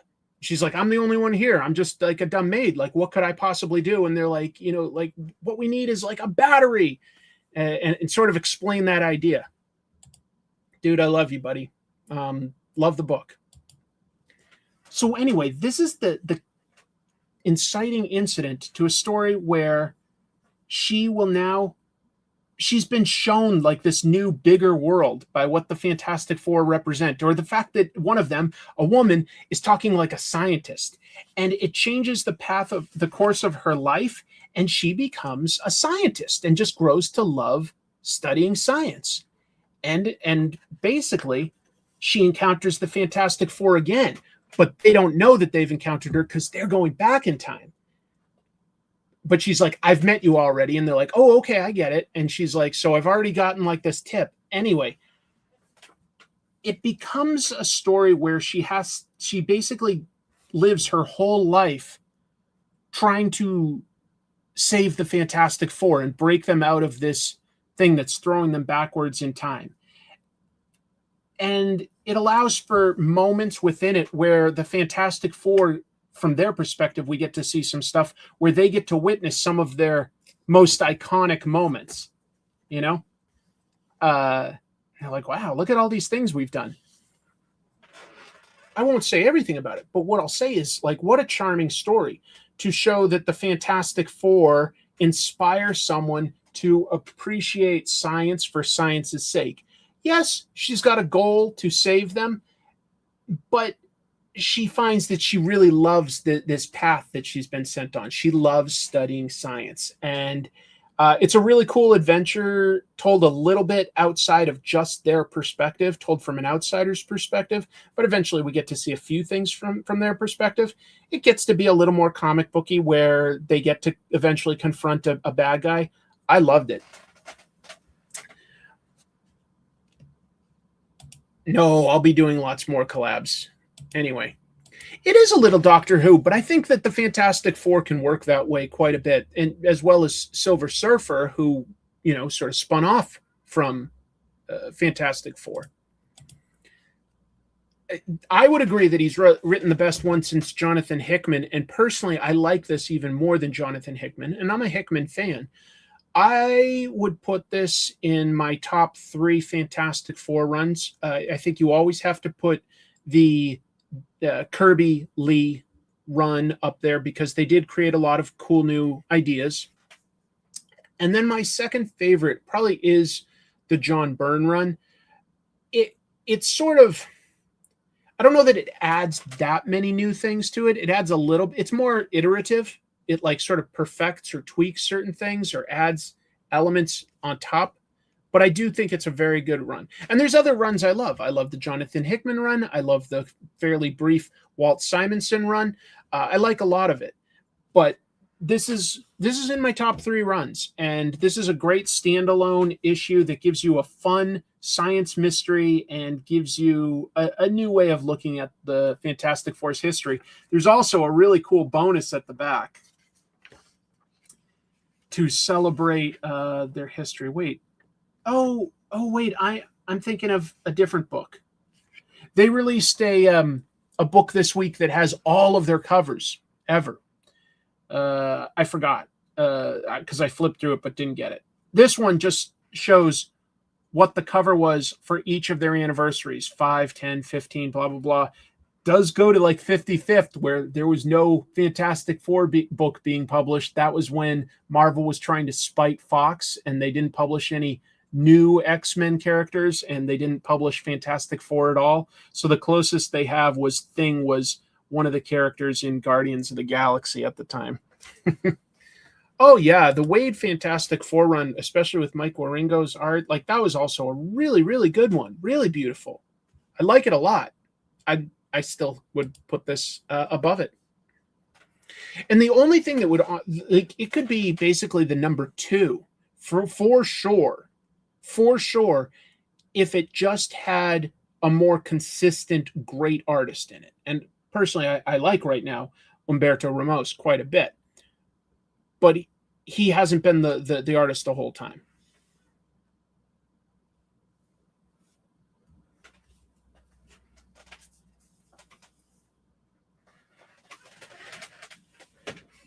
I'm going to spoil something that happens in Mask.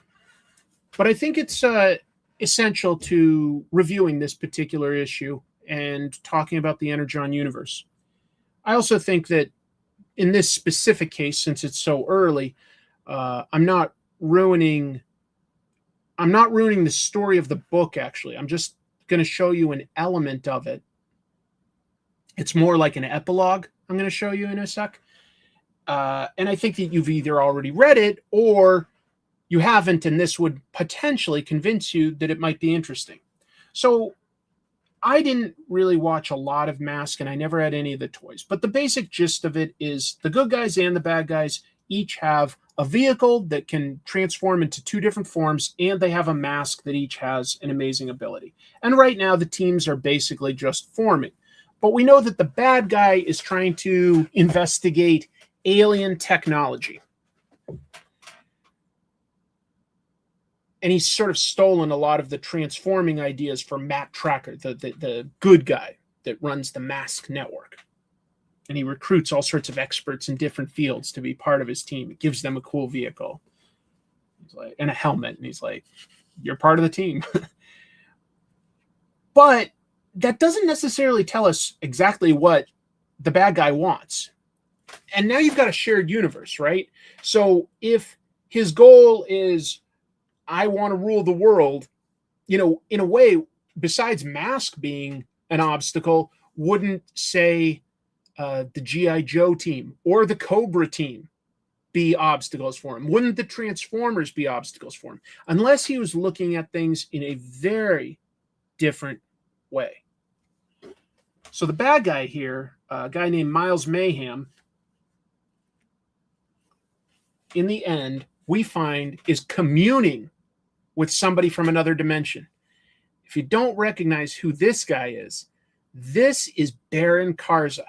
Baron Karza was the bad guy from Micronauts. Very cool. So we've rolled in another Hasbro property here. I don't think this necessarily means that there will be a Micronauts book the way that I've read this. But what it means is that he knows that there are sort of other worlds and other ways to get energy and power and stuff like that. And he's subservient right now to Baron Karza for some reason. He's got like candles going off like it's some sort of religious thing. And he's got a tattoo on his back that seems to indicate the microverse. I was like, okay, cool. You just took Mask into a direction where it can be itself, but it also has the heroes and villains focusing on a technology that doesn't require them to cross over with G.I. Joe and Transformers every week. And I like that. I would say that, Mask threads the line between, okay, we've got soldiers, good guys, bad guys like G.I. Joe and Cobra that are like all these weirdos. And we've got the transforming vehicles of Transformers, but it's not either of those things. I think that this is actually a really cool element to add. Anyway, the artwork by Pi Par is really fun. I said from the beginning that was one of the reasons I was going to be picking this up, because I like his book Petrol Head, sort of a post-apocalyptic but fun adventure book.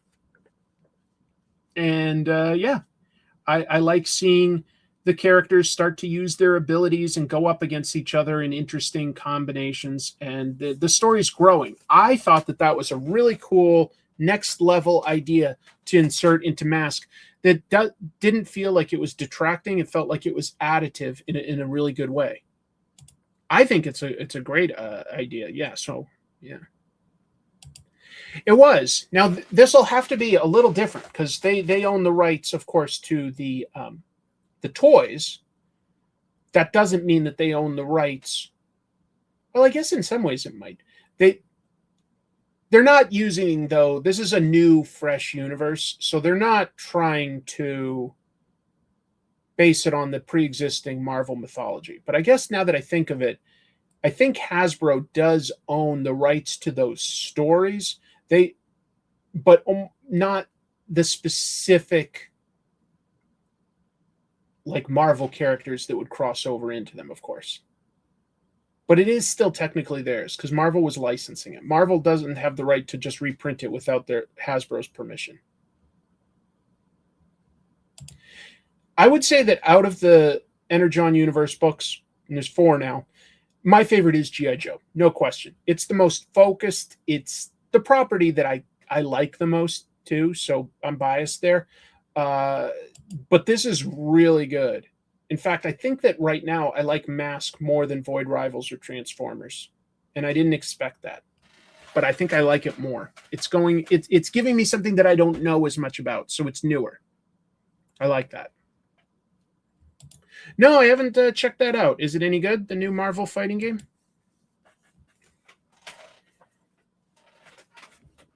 This is one of my favorite comics that's coming out right now.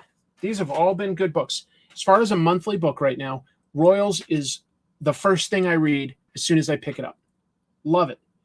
Derek Kirkham writing, Jacob Perez drawing. Had them briefly on this show as guests. I've talked about the previous several issues. It is a crime comic, but it's also an action book. It also has some people with psychic powers in it.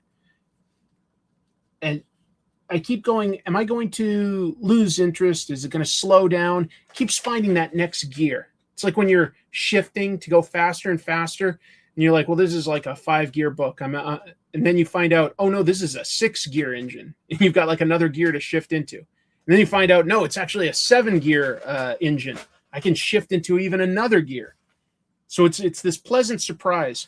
I just wanted to sort of give you an idea. Like, that is a lot of panels, but not a lot of dialogue. I think it's really cool indication of what the action is like in this book, which is to say very frenetic, high-paced, easy to follow. Jacob Perez and Derek Kirk Kim both worked in animation, so they're all about figuring out an efficient way to represent action and find those keyframes, those moments that you need to understand, and it's translated very well to comics. I also like that even the bad guys in this are sometimes clever. For instance, there's just like a normal thug here who is coming down the river on a boat. And so the good guys race their car down to the next bridge and they think they're going to ambush him, right? This guy isn't like a main character or anything. He's just a thug. But the boat comes up and they're shooting at it and it's empty. And we find out that the guy is actually like sort of hiding behind the boat, like hanging on so that he can surprise them and shoot back. And I was just like, you know what? I feel like you don't always see bad guys make clever decisions. It makes it more impressive if the hero can overcome that because they're dealing with a good threat, a good adversary. I also loved, this is just one panel, but if you shoot a bullet into the water, it almost instantly loses its, what do you call that? Momentum. Water just doesn't matter how fast it's being shot, really. And I like these little wavy tendrils showing that the bullets are really only making it down like a foot or so, and then like just sort of spinning off in different directions. So anyway, there's just a lot of really clever decisions to the storytelling in this. The villain in it is just horrible. And then there's a great action scene where somebody has to get into a fist fight while he's wearing a mascot suit. But it's awesome. It reads so damn good. It's so good. This continues to be one of my favorite books. I don't know if this is an ongoing or if it's a limited series, to be honest. I don't know if there's going to be like a second arc to this or if it's like, a 6 or 8 issue book. I don't know. It hasn't said. And I don't really want to know, to be honest. I want to just keep enjoying it and being surprised every month with where the story's going. Derek has indicated to me that he does have plans to bring Last Mermaid back, but he also wants to be able to focus on properly promoting what he's doing at one time. It's a great book, folks. Exceptional, really. Exceptional book. Boy, do I recommend it. Boy, do I recommend it. I picked this issue up. If you follow my Instagram account, I made this very silly freestyle rap about how much I like it that Dave from West Coast Avengers recorded. It's a little embarrassing, but just sort of shows how excited and how much fun I think it is. So check that out on my Comic Tropes Instagram. Probably would read really fun in an oversized collection. Yeah, I would be very interested in seeing something like that. He really is. He's so damn good at comics, and I just want to spread the word to as many people as will listen. Royals is top tier. Top tier. Very, very good. Even though I said for instance, I've totally had a blast reading these, but Royals kicks it up a notch. I was curious to read Chachu, which is Iman Vellani's new comic. Now, Iman Vellani is going to be best known for playing Ms. Marvel in the MCU and made a name for herself co-writing the Ms. Marvel book, which props to her for showing that she really loves the comics themselves. But this really shows how much she loves things. She's written her own book. No co-writer, no basing it off of Marvel or anything. Chachu is the story of Layla, a teenager who goes to find her uncle, who basically is sort of the black sheep of the family, and her dad died when she was really young, so she wants to meet her uncle, who was his brother, and kind of get to know him. But what happens is she drives from Canada down to Los Angeles, where he has married a really famous movie starlet, and it gets them into this weird criminal caper where her Chachu means uncle, and her uncle's bride has mysteriously disappeared. Her gangster father is forcing the two of them to find her. The dialogue in it is really nice. It takes place back in the 70s, but it doesn't feel a need to like emphasize lots of 70s slang, but it also doesn't feel like it comes from today. I was impressed with this quite a bit. Maybe it's probably helped a lot, I will say, by this artwork, which it emulates what I like in a crime comic, you know, like really straightforward, clean line art, but good thick shadows, good colors. Yeah, and that's like Brunson is saying, Mariana Ignazzi, who I wasn't familiar with before, but it reminds me of, you know, to a degree, like guys like Sean Phillips and stuff. It's quite strong. I'm curious about it. I thought that maybe it would be a vanity project or just not in her wheelhouse, but once I got going, I didn't think about any of that, and I just enjoyed it the same way I'd read an issue of Criminal and started really enjoying it. Looks at first like quite a bit of dialogue. I blasted through these 2 pages because it felt like such authentic, real dialogue between 2 people, and it was engaging and witty, and it moves the story forward without just feeling like perfunctory. What would I even call it? Just a monologue or something like that. It's not just all just leaving out or laying out the story. By the way, look at that splash page. That's some really clever artwork by this Mariana Ignazzi. I was really impressed, to be honest. It was better than I expected. I'll be picking up the next issue. I don't know exactly if I'll love the whole story yet. I don't know. But the first issue lays out things without giving you too much or too little, which is very tricky for a crime comic. We've got some hints as to like some weird actions by a couple characters, or characters we don't know the full background of, but we get a feeling that we like Layla. We like her Chachu. We like them. And so it's going to be fun to follow them. It's got a bit of Long Goodbye meets Ed Brubaker.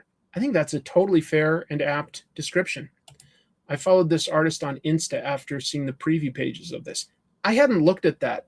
I'll have to check out Mariana Ignazzi on Insta because this is some really solid artwork. Iman is a fun interview as well. She has a couple on YouTube for this comic. Geez, I never thought of that. Maybe I should have reached out before it came out and seen if she would want to do an interview on this.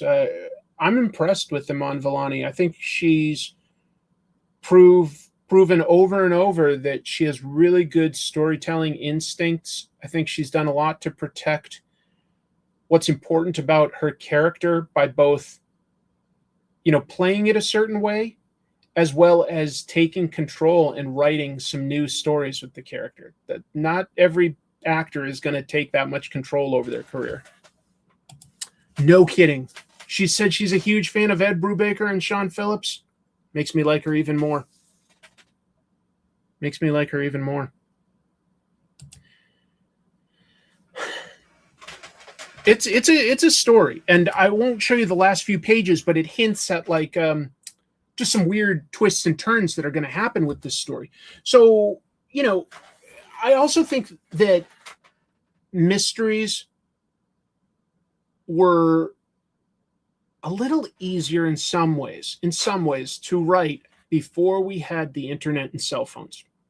It meant that the characters really had to do some clever work, maybe pretending to be somebody else to trick use social engineering to trick somebody into giving up some information, or look at interesting ways of observing the way people behave or what they've done in the past to predict what they might do in the future, as compared to like, let's get a track on where the cell phone is. Let's look up on the internet what this weird cult is. You have to do actual work.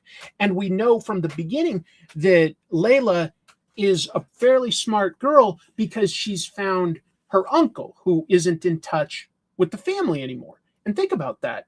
1979, she's living up in Canada and her uncle is in LA. LA is a massive city. Even if you knew that much, how do you track someone down? But she did track him down. So, she's got some skills there. And so it's the kind of story that would normally fall into the lap of a private detective. These guys aren't private detectives, but they have some skills that might prove themselves useful. So it was a pleasant surprise. I'm curious. I'll say that. I'm curious to see where it goes next. Oh, yeah. Nice Guys. Totally right. Nice Guys was Ryan Gosling and what's his name? Russell Crowe? Was that the two? Yeah, I think it was Russell Crowe and Ryan Gosling. Nice Guys was both funny and cool. And I think that was a Shane Black movie, wasn't it? Shane Black's really good at crime movies. No shit. Maybe they should add Iman as some sort of a character in the Criminal TV adaptation. It was by Shane Black, yeah. The only thing I think I've ever seen by Shane Black that I didn't like was that terrible Predators movie, which didn't make a lick of sense. But all of his crime movies and action movies are fantastic. Fantastic. I'm not kidding. Kiss Kiss Bang Bang and The Nice Guys are both two really good movies you should check out if you haven't. Exactly. Predators just doesn't feel like it's by the same guy. You're like, how did this happen? Predators is just a mess. Like a literal mess. It's so confusing. Last Boy Scout. Yeah. I remember, I think that one didn't get too good reviews back when it came out. And it's a little weird, but it works. It's a good mystery at its core. I liked his Iron Man 3 quite a bit. I thought it was cool seeing Tony Stark not have full access to his armor the whole movie. That was cool, making him an underdog. Lethal Weapon, forget about it. So good. So good. Yeah, no, I wouldn't really have that much fun talking about that one. Oh, you're right. Sorry. It was The Predator. I totally forgot. Predators with Adrian Brody and Topher Grace and all those guys. That was a good movie. Excuse me. Just to be clear. Just so that people know what I'm talking about. The Predator, terrible. Predators, very good. I picked up Death Vigil this week by Stepan Sajic, who has sometimes been here in the chat room with us. I didn't really know about Stepan before he started dropping in here. But I love his artwork. As soon as I started looking at it, I went, oh my God, this guy's really talented. Death Vigil was a book that I hadn't read the original of, but fortunately, there's a couple pages in this that catch you up to the mythology you need to know. Basically, there's a bunch of people who work as a sort of type. They had been people. Now they work as sort of Grim Reapers, but really their job is to protect the living world from the world of the dead, which is, there's like dark gods in like a nothing type dimension. And then there are necromancers that are trying to harness their power and become, immortal by serving them. And this Death Vigil each have sort of unique ways of turning a scythe into something else that they could use. You know, Sam has a shovel, and Clara has a feather where she can use it to open dimensions, like not dimensions, portals, like just to shortcuts, doorways. Anyway, James is like this young guy that can have a deck of cards, like he's some sort of Yu-Gi-Oh guy, and summon things. But anyway, it gives us a few pages explaining how the mythology works. And I'll be honest, when I saw this page, that was a lot of text. And I started to go, this might be a little too lore heavy for me. I don't know. You know, I love good world building, but I like it to be done at a good pace. Fortunately, I got through this page and I was like, oh, that actually was pretty good dialogue. It wasn't just exposition. That was just good dialogue. And then I felt totally caught up. And then we get a fun adventure. Oh, by the way, here's a great creepy image of somebody having sort of a nightmare about her daughter leading her in the woods. And then look at how she just sort of separates unnaturally into like these different parts and becomes like a tree. I just find that really disturbing. I don't know how well that's showing up on camera. Maybe I can bring it closer. Really good. Really good gesture throughout. Really good expressions. It may look a little different and stuff because Stepan does a lot of his artwork, well, basically all of it digitally. So he's doing all the colors and stuff. And at first it might look like it's referenced or something.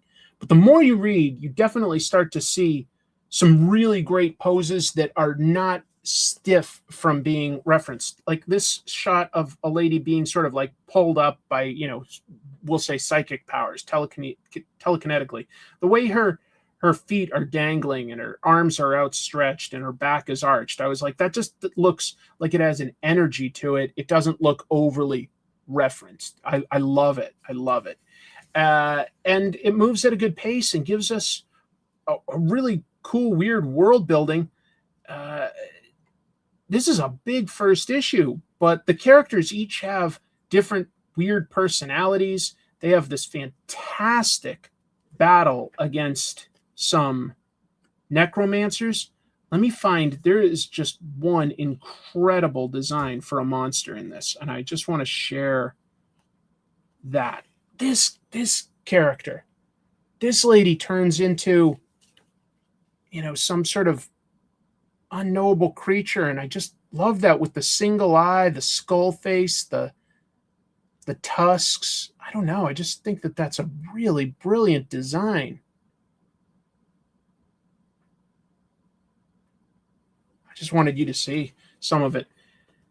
It's cute. It's funny. It's funny. The characters have funny dialogue and weird relationships with one another. The death vigil, different ages, different backgrounds. Really, really cool. It moves at a good pace. The first few pages had me a little worried because it is essentially a type of exposition. But as soon as I got past that, the pace went faster and faster, and it threw ideas at me that I felt like I hadn't seen a million times. This isn't just, you know, you're a reaper and your job is to collect 20 souls this week. Otherwise, the devil will get you. It's not like that. It's more like there are two factions having a secret war. And by the time this starts, there has been previous death visual issues, essentially. That's why we've got some exposition. But by this time, the world has actually heard about it. And so, like, the secret of necromancers and reaper people are out there. It's great artwork. It's funny. It's very charming. Very charming. I can see some of that. I don't know if he actually read Omaha, but yes, he likes soap opera and erotica. This doesn't have anything explicit like that would make it an R-rated thing, but it's really beautiful art. It was a pleasure to read. So technically, volume 20 of Dandadan in English comes out tomorrow. But I have found that Barnes & Noble tends to put their manga out as soon as they get it. I don't think that they're 100% aware of street dates, and I don't think it's enforced. So on my birthday, back on the 6th, I was like, can we swing by the local Barnes & Noble? Chrissy's like, it's your day. We can do whatever you want. And they had the latest volume of Dandadan. So this is one of my favorite manga these days, and I blasted through it. I won't summarize the plot of Dandadan. That's just too much. But I will say that one of the main characters is currently shrunk to just a few inches tall, and it leads to some pretty funny stuff. Like she's trying to get some water, and they don't break the rules of how water would work. She's like, careful, it's water. The surface tension alone could drown me. And you see there's just individual droplets clinging to Momo after she was just trying to get some out of like a little syringe. It's funny to me. I love the artwork by Yukinobu Tatsu. I love it. He draws such wide, innocent-looking teens, but not everybody is a teenager. There are some adults. He does some funny stuff here with expressions, but you know that it's always done for comic effect as compared to trying to like take a shortcut. And there's always interesting action scenes at some point that have really elaborate backgrounds. I don't know whether it's him or his assistants, but they do some great stuff where they are not taking shortcuts with backgrounds. This is just tiny Momo doing some investigation in a library, using her telekinetic powers to jump around in a library. We eventually get a big boss battle for this, and the bosses are, because this is a book with supernatural elements,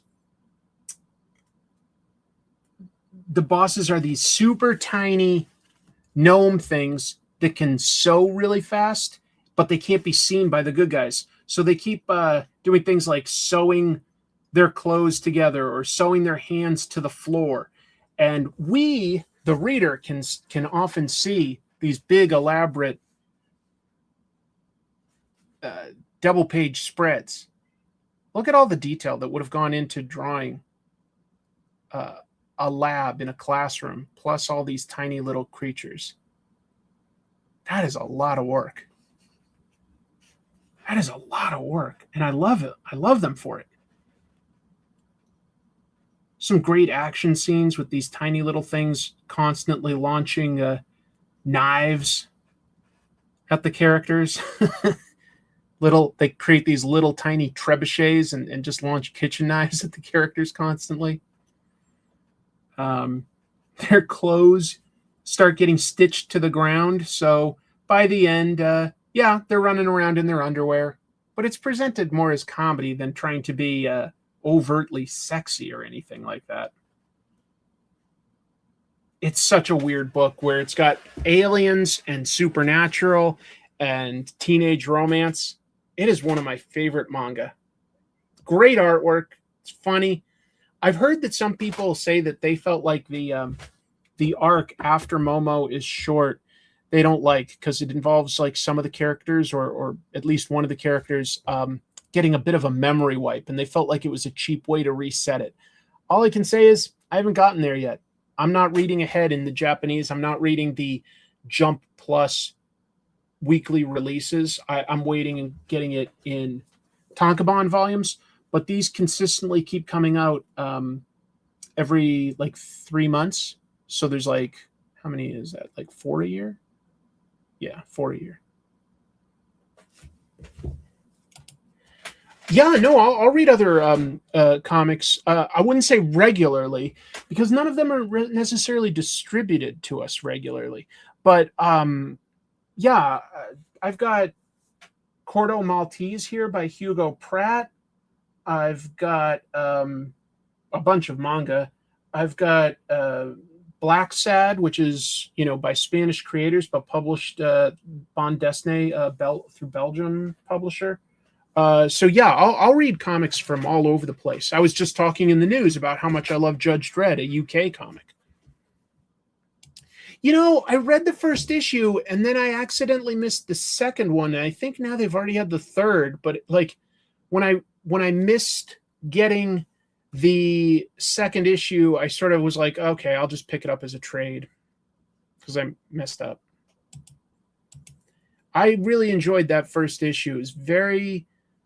I like how Concrete is introspective without being distant. It's about appreciating the people in our lives and about appreciating nature. Oh, okay. Then maybe I'm not as far behind as I thought. Yeah. That's true. Cordo Maltese, Hugo Pratt is Italian. However, I believe he also lived in Brazil for quite a while and did a bunch of Brazilian comics too. So yeah, I love reading comics from other countries. I would say the only two things that slow me down from reading more are, one, I don't know, like the only languages I basically can read are English, of course, some Spanish from college, and a decent amount of Japanese minus any complex kanji characters. I haven't finished it. I do have it. I did get it, and I got a version signed by him because it didn't cost any extra. Barnes & Noble let you pre-order a signed version for the same price. So I was like, yeah, I got it. And I like it. I need to read more of it. I'll be honest, for book reading time, I'm still just slamming through the Dungeon Crawler Carl series. I really like it. I'm going to finish book 5 tonight for sure. And for my birthday, I was given book 6. So I'm probably going to keep reading Dungeon Crawler Carl. And when I finish that, I'll go back to the Frank Miller biography. I think so. I think it would probably help even more the younger you are. The younger you are, the better you absorb this stuff like a sponge. If you can do it before age 25, that's ideal. After that, it can help. Like I would say that reading, I do have some manga that I pick up when I visit Japan that's in Japanese, and I read it slowly, but I can read it. For instance, I did that episode about Jaws and shark comics from around the world, which included Italian and I want to say Brazilian and a bunch of different countries. Shark comics, the UK. There is no English version of the Japanese manga version, so I had to read it in Japanese, and I did. It took me a while.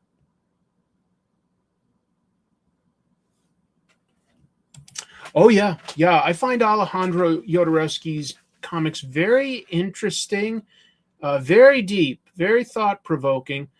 Sometimes I really need to set aside more time to read and appreciate his books than I will for others, because it always has some really big concepts in world building. Really big. Let me just do 2 quick reviews of the other things I picked up this week, and then we'll do some drawing and do some talking about some other things that happened, like Rob Liefeld's Meltdown. Latest issue of Batman by Matt Fraction and Jorge Jimenez. On the cover, they're advertising, hey, it's the introduction of Verity Pennyworth. And that is a piece of it. They've got a new butler. And she's winning over Bruce and his son, Damian. But there's also a really cool story in just this issue of all these different professional assassins coming to Gotham all at once for like different types of missions. Vector and Spider Black, all these different new assassins. Why are they all in town? I don't know. That's Batman's mystery to solve. And he's asking, Damian for his take on it. And Damian, asks the right question here where he goes, why are they all here now? And Batman allows himself a smile that these two can't see. Because, of course, he's proud of his son being able to start thinking like a detective. I like the art quite a bit. I think that Jorge Jimenez is quite talented there.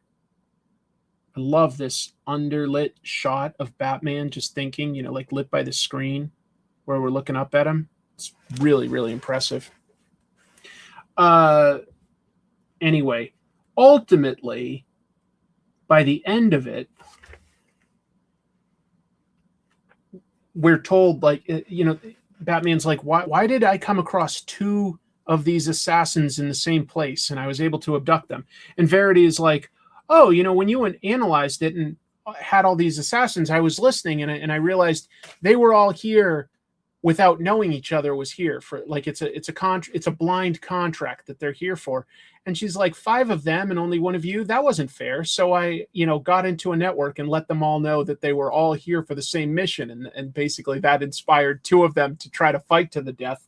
And it allowed Batman to get the drop on them. And that was enough for them to both say, like, you can stay. I was like, cool. This Verity's going to be a helpful asset. And then there's this subplot going on with the Joker in a tank at a psychotherapist's office, and he's talking to someone that we don't know who he's talking to. Someone sneaks in and talks to him. I'm really curious where it goes. I'm having a good time with this. And you would think, with how much I absolutely love Absolute Batman, that I'd be tapped. I wouldn't need another iteration of Batman. But I'll be honest, I'm enjoying the Matt Fraction Jorge Jimenez run quite a bit. Well, to be fair, I will say this. They don't refer to Verity as a butler anymore. They refer to her as a major domo. And that probably is the name that people would use these days, because the days of having an entire staff of, like, butler, valet, footman, whatever you call, like, a driver, or something, I guess maybe just a driver, maids, cooks, those days are kind of gone. But some big houses might have somebody overseeing things, and then that would be called a major domo. So right now Verity is called the major domo. You prefer this to Absolute? Absolute is still at the very top for me. It's just I really like it, and I will not give anything away. But Scott Snyder did send me the issue that comes out this Wednesday, which has Clayface, and it's really cool. It's really cool. Right. Chauffeur was probably the word I was looking for instead of driver. You're right.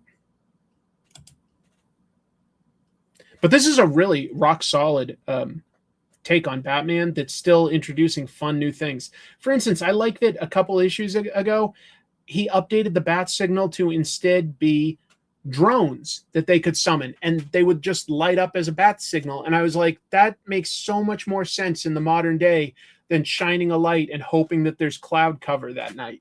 I was like, yeah, put up a huge set of drones to form a bat signal. I love it. It's brilliant.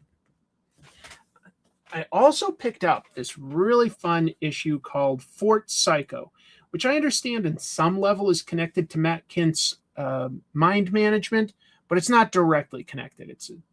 Don't worry about it. So what is Fort Psycho? Fort Psycho takes the idea that there is sort of a G.I. Joe and a Cobra-esque set of teams fighting each other. And one day they had a humongous battle, and the bad guys got defeated, but along the way, it led to huge damage in Singapore. Entire buildings got knocked down, a lot of loss of life. And so the world governments arrested both the bad guys and all of the members of what they call in this SAW. It's like Strategic Alliance Worldwide. Yeah, Strategic Alliance Worldwide. But they're basically like G.I. Joe type guys with specialties and kind of interesting costumes. And they send them to this Pacific island where they used to have a fortress. But we come to find out, even though they are trapped and it is prison, they're taken good care of. They're given a golf course and a movie theater and hot springs, and good food is important and stuff. So they're prisoners. They're not allowed to leave the island, but they're taken care of as well. Because supposedly, the world governments don't want these super well-trained, on some level, mercenaries being so unhappy that they would break out and get revenge on, so no, not the bad guys. The bad guys were sent to a prison up in the Arctic, but the good guys were sent to this better place. At the same time, what you find out is like the last guy to be captured was this guy whose code name was Jason. And you're like, what kind of a code name is that? It's as in Jason and the Argonauts. And he's meeting all these different guys with the different specialties. They haven't seen each other in a while because, they went on the run when they started getting rounded up. Well, at least a bunch of them did. And then towards the very end, we get what the premise of this is. Like, because otherwise, like, what is this? We find out that once he was captured, the government said, you guys actually didn't succeed in your mission. The leader of the bad guys, the Blue Bishop, he's called. The Blue Bishop is actually still alive. And we think he or one of his top agents was one of you guys, was one of Saw. So he's on the prison island.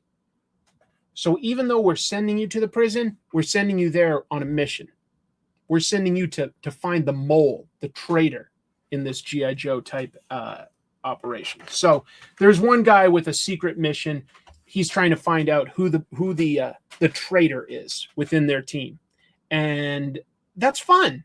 That it gives you at first, like, it is definitely riffing on G.I. Joe. That's not just me saying that. I mean, they don't overly emphasize it, but they each have specialties, like Overwatch is the sniper, and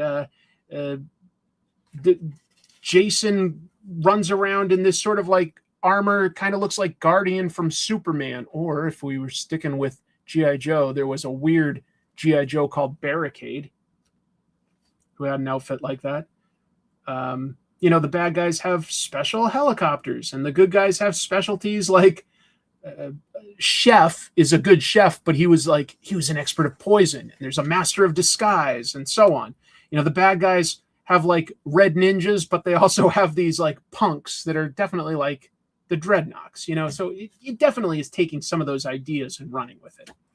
It was really fun, dude. It's a blast. And look at these covers. They I don't know what they call it, but they say that they're using a new color system to do these covers. So these are by Brian Hurt, who doesn't do the interior art, I don't think. Wait a minute, maybe he does.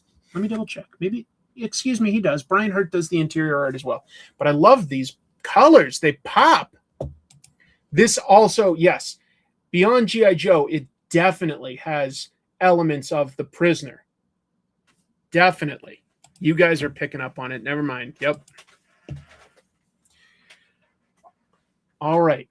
I guess I'll doodle like I was doodling last week on this weird piece. I think I went a little too cartoony for my typical style, but I'm going to keep going with it for what it is. And we'll talk about some other topics. Oh, I can see a little of that. So first of all, there is a new episode of Comic Tropes up. And right now, YouTube has it as 18 plus only. You have to log in and, prove that you're old enough to see it. Drives me nuts. So what I've done is I took that episode of Omaha the Cat Dancer that I originally made for my patrons, and I went in and blurred any nudity in Photoshop, and I edited out some of the dialogue that sounded more like focusing too much on something sexual. And I thought that we could talk about a comic that happens to have sex in it in a very mature way, because the comic has some interesting history. It led to the creation of the Comic Book Legal Defense Fund. I thought that would be relevant. YouTube still doesn't like it. I think that they're being way too careful, but whatever. So even though I completely re-edited it to remove all nudity, they still don't want me even talking about it. But there is a new episode. People that have watched it, the response seems to be great. I'm going to keep it up, and we'll see. I did throw in an appeal. It'll probably get rejected, but I did throw in an appeal saying, like, I think that this is not prurient, and it is not meant to titillate. It is talking about a comic that has sex in it, but it is not like my video is not like the same point. It's to talk about its history. It's an award-winning comic that has an important role in comic book history. But we'll see. We'll see how YouTube responds. So I've done that, and I've recorded a new episode that I'll do some editing on. But to be clear, both the re-edited Omaha episode and my next episode, which is mostly a story time type thing, are both designed to give me a little breathing room to create something that's edited a little more tightly, or at least just has more graphics to it. And I'm doing something about a manga artist that I've wanted to talk about for a long time. And talk about Torepeku. Anyway, we'll see what happens. We'll see what happens. It's tough sometimes to realize, I really have to try to keep on a weekly schedule, or YouTube will kind of bury me. It's just what I have to do. But I like doing what I do, and I'm willing to try my best to keep up with that schedule. And, I wish I could hire a professional editor to take some strain off, but you'd have to get an editor that really knows how to get the images as well. And that's a lot of work, and you'd have to pay them a lot. And then I don't know how I'd ever make money. So I have to do it myself, and that's okay. I'm just saying.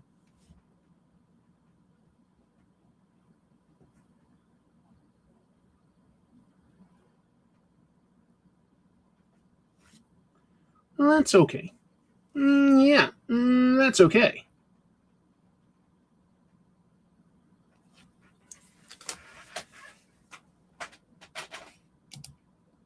Thanks for watching it. It is amazing that Omaha got completed. Yeah, that's part of the story. What else on Comic Tropes? So yeah, I've recorded one. Told you about the one on Omaha is up. Is there anything else to talk about there? I don't think so. Yeah, I think that's everything I got to say about that. Chatted a little bit with Jimmy Jams about what we might do for the next trash movie bonanza. Still working on that, but we'll do another. What else? What else?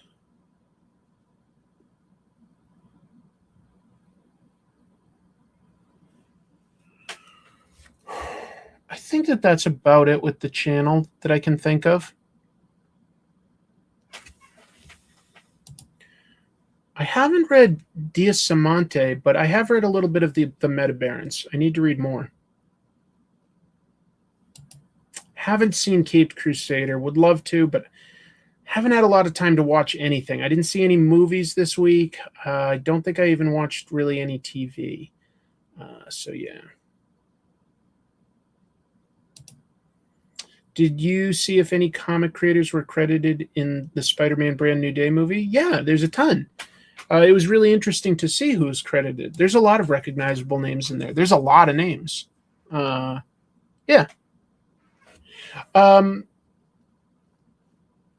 I'm not caught up on X-Men 97, and I was going to talk a little bit about that because I watched the first 3 episodes and I liked it, and then I sort of realized that even though I liked it, I wasn't like super invested in making sure that I kept catching the new episodes. So I've fallen behind. And then I'm like, well, do I even like it? And I guess I do, but I don't think I like it for some reason, and I'm not 100% clear on what yet. I haven't had time to go introspective on this. I'm not sure why, but I don't think I like it as much as I liked season 1. But maybe I need to watch more, and then that'll change my opinion. I don't know. So I'm curious, like, has everybody finished it, or has anybody, no spoilers, but did you like it? Did you think it's as good, better, worse than season 1? Am I having a strange reaction to it? I like it, but it's rushing through things. Interesting. Okay. So many names in the Brand New Day. Yeah, I was like, yeah, there were a lot of names in there. I love this season as much as season 1. Okay. A lot of ideas and plots. Heard some criticism, but haven't seen it. Season went to poo. So there's some really different opinions on that. It's been moving really fast. Well, I'll try to get around to finishing at some point. I don't know exactly when I'll be able to, but I do still want to. That's interesting that opinions are so divided.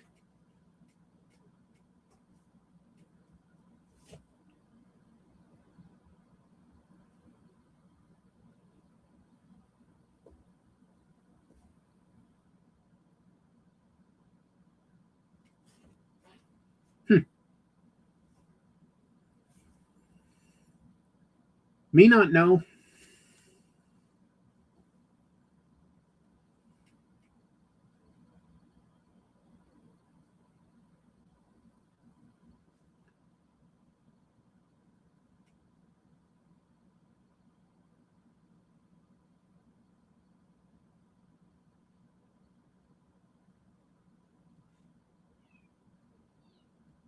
I just heard my cat meow. It sounded funny.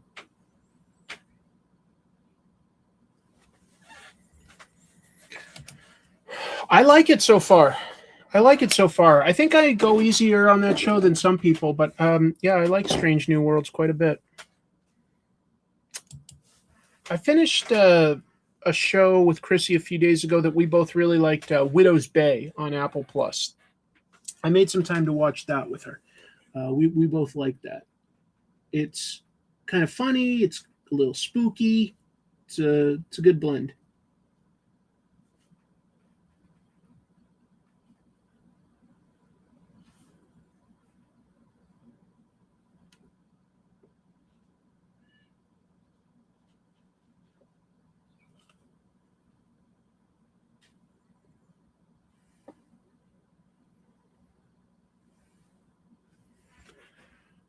Yeah.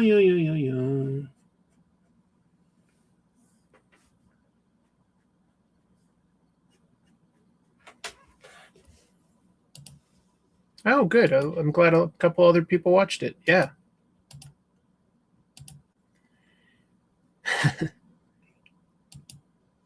Oh, right. The creator, she wrote for Parks and Rec. She also wrote the Ghostbusters movie with Melissa McCarthy, and I don't know.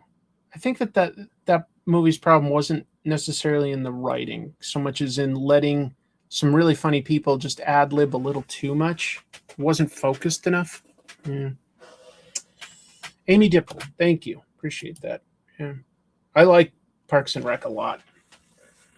That's a good show.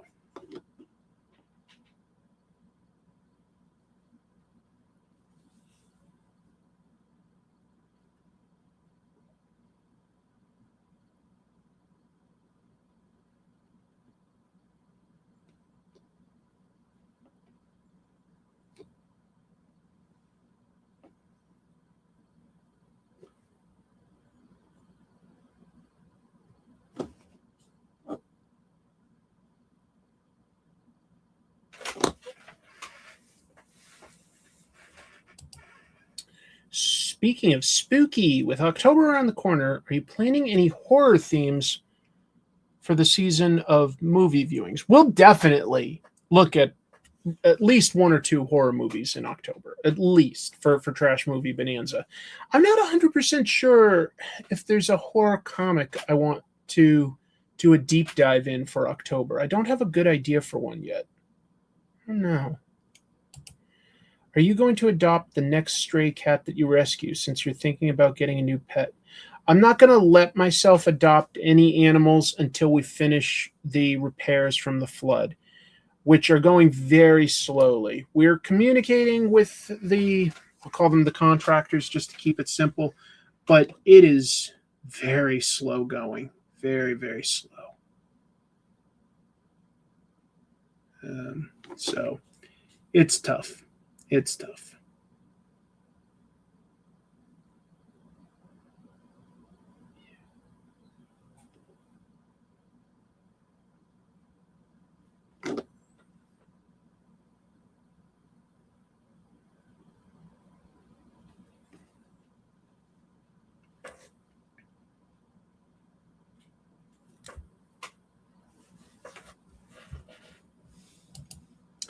Oh, I heard about that earlier today. Yeah, Reggie Bannister. I like the Phantasm movies generally. That was too bad. Oh, yeah, somebody, Beowulf just mentioned Rob Liefeld, and I was going to talk about that. He had an interesting, reaction on one of his recent Live Not streams. Live Not? I meant Whatnot. Live streams on Whatnot. Jeez. Me talk good. First, somebody asked him, like, hey, would you draw an Absolute Batman cover? And he was like, I don't need Batman.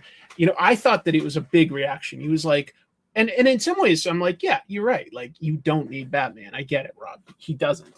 But it was such an extreme reaction. He's going like, I want to adapt movies for like Brigade and like one of his other books. And I was like, man, I haven't heard anybody talk about adapting Brigade into a movie. I don't know. Like Youngblood, maybe. Brigade? I don't know. And he really let the fan have it. And the guy sort of was like, Liefeld's like, I'll do it for $1 million. He's like, I don't need to do Batman. I've never been much of a Batman guy. I left Marvel and my career only went up. And I'm like, mostly true. I get it. I get that. If he doesn't like Batman, fine. But it felt like he instantly felt like it was a competition or that he was being slighted. And the guy was like, I just would like to see you draw it, dude. And that was the trigger. He called him dude. And Liefeld's like, don't call me dude. Like, you know me and you see me in a bar. He's like, I'm Rob effing Liefeld. I was like, whoa. Yikes. That's an intense reaction. I felt bad for the fan. Like, I just got the gist that it was a guy that was a fan of Rob's work and he just wanted to see him do a take on the current hot character, which I think is a fair enough request. But I don't know. Maybe I'm misinterpreting it. I'm not trying to beat up on Rob. I just thought that, like, Rob really let one of his fans have it for asking something fairly reasonable.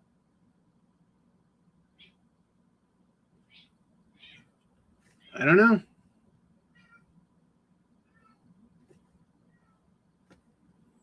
Strange reaction, in my opinion. By the way, like, I looked at the Whatnot stream, and maybe it was just when I was watching it, there were only like 85 people in there, which isn't bad. But I would say that, like, if you're going to do a regular Whatnot stream, you want to have at least 200 people there when you're live. Now, Liefeld can probably do with less because he's got more engaged fans, that are willing to support him. But I feel like he beats up on them if they say something that like strikes him as like an insult. I feel like he can be so sensitive about things that are perceived slights, but are probably not meant to be. I don't think that anyone was trying to say something like your work isn't as good as Absolute Batman, but that's how it seemed to me he reacted. I felt like he had a bit of a crash out.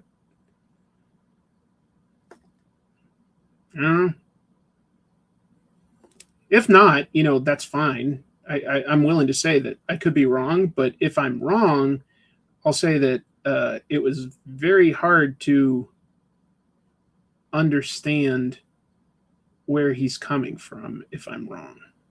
Because I felt like he just sort of lashed out at a fan. I've been told that he'll sort of do that on his channels, like or his like Facebook and stuff. Like if he imagines that there's a slight against him, he just bans you. I don't know.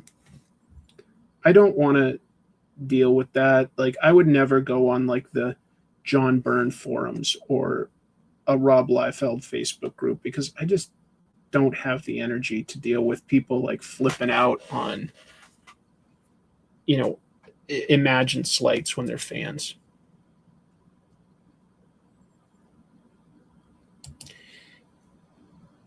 I don't know about a couple. I'm aware of the Brigade Kickstarter that was like, how long ago was that? Like 2013 or even longer? And the issue was made, and some people, I guess, got it fulfilled and it got to stores, but a lot of people that backed that Kickstarter to this day still haven't gotten what they pledged, which is pretty rough when you're at that prominent a level. Like when that many people know your name, I think you got to be extra careful in protecting your reputation, if nothing else, and making sure that your crowdfunded campaign gets fulfilled. But yeah, I heard that like Brigade, a lot of people still haven't gotten their books to this day. I wonder what that is. Has he ever like offered an explanation like that, like somebody else was in charge of fulfilling, or that he ran out of money or something? I don't know. I up until very recently, EJ, and by the way, lovely to see you, buddy. Up until very recently, I was always kind of trying to give Rob a lot of the benefit of the doubt with that he came up at a very young age getting criticized, and that would make anyone defensive. But I do think at a certain point, you need to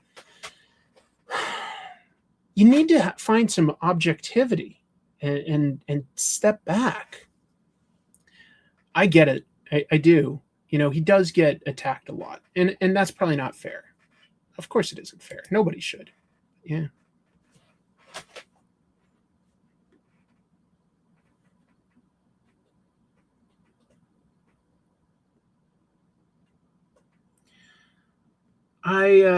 Sorry, I feel like I'm talking slowly. I'm definitely dealing with some serious depression these days. I really wish I could afford to take a vacation, like allow myself some downtime.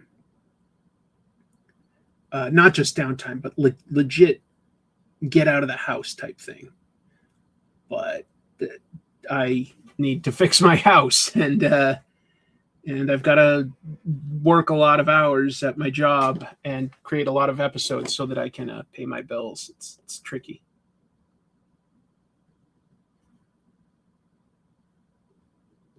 I'm not really facing burnout. I'm not, but I am depressed. It's tough. Yeah, definitely can call me dude. I would definitely never take offense to a random person calling me dude. Yeah, I just can't really afford to do it right now. All our money has to go to like house repairs.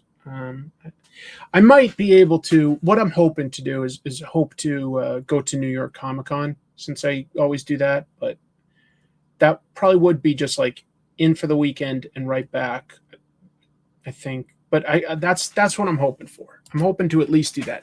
But you guys know I love traveling. I would love to take another trip to Japan or something, but that is not going to happen anytime soon. And I'm okay with that. I would benefit from it. That's all I'm saying. I would benefit from it. All of us would, right?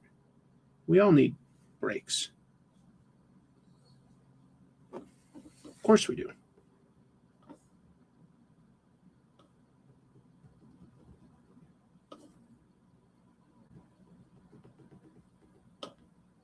Where would you go right now, everybody, if you could afford to take a vacation, a break? Another high priority for me would just be visiting my family in Massachusetts, New England area. That would really be lovely to do that. I don't know when I'm going to get to do that right now, but I'd like to.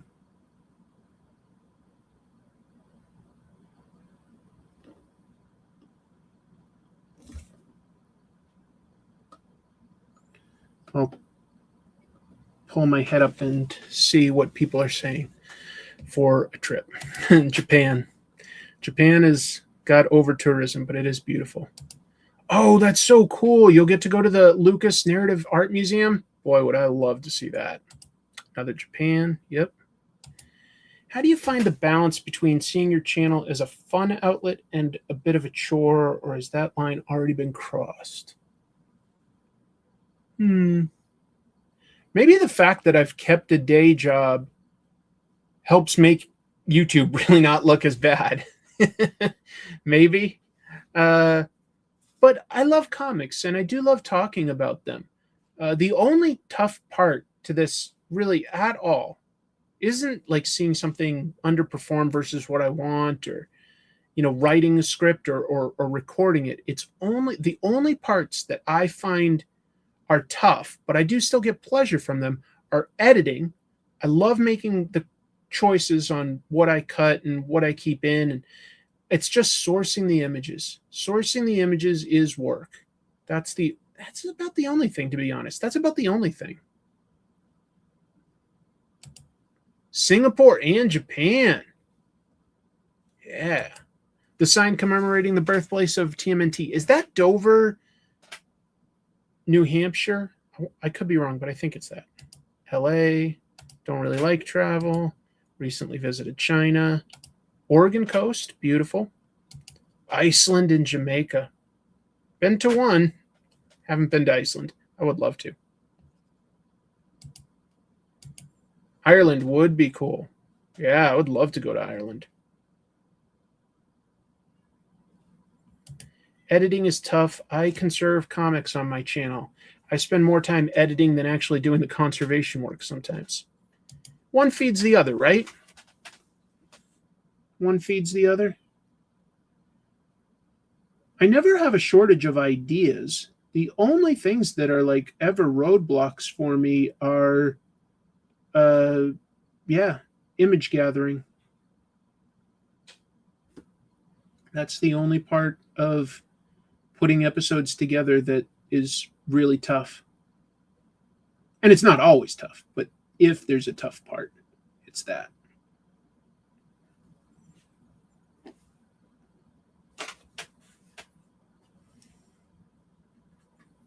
If there's a tough part.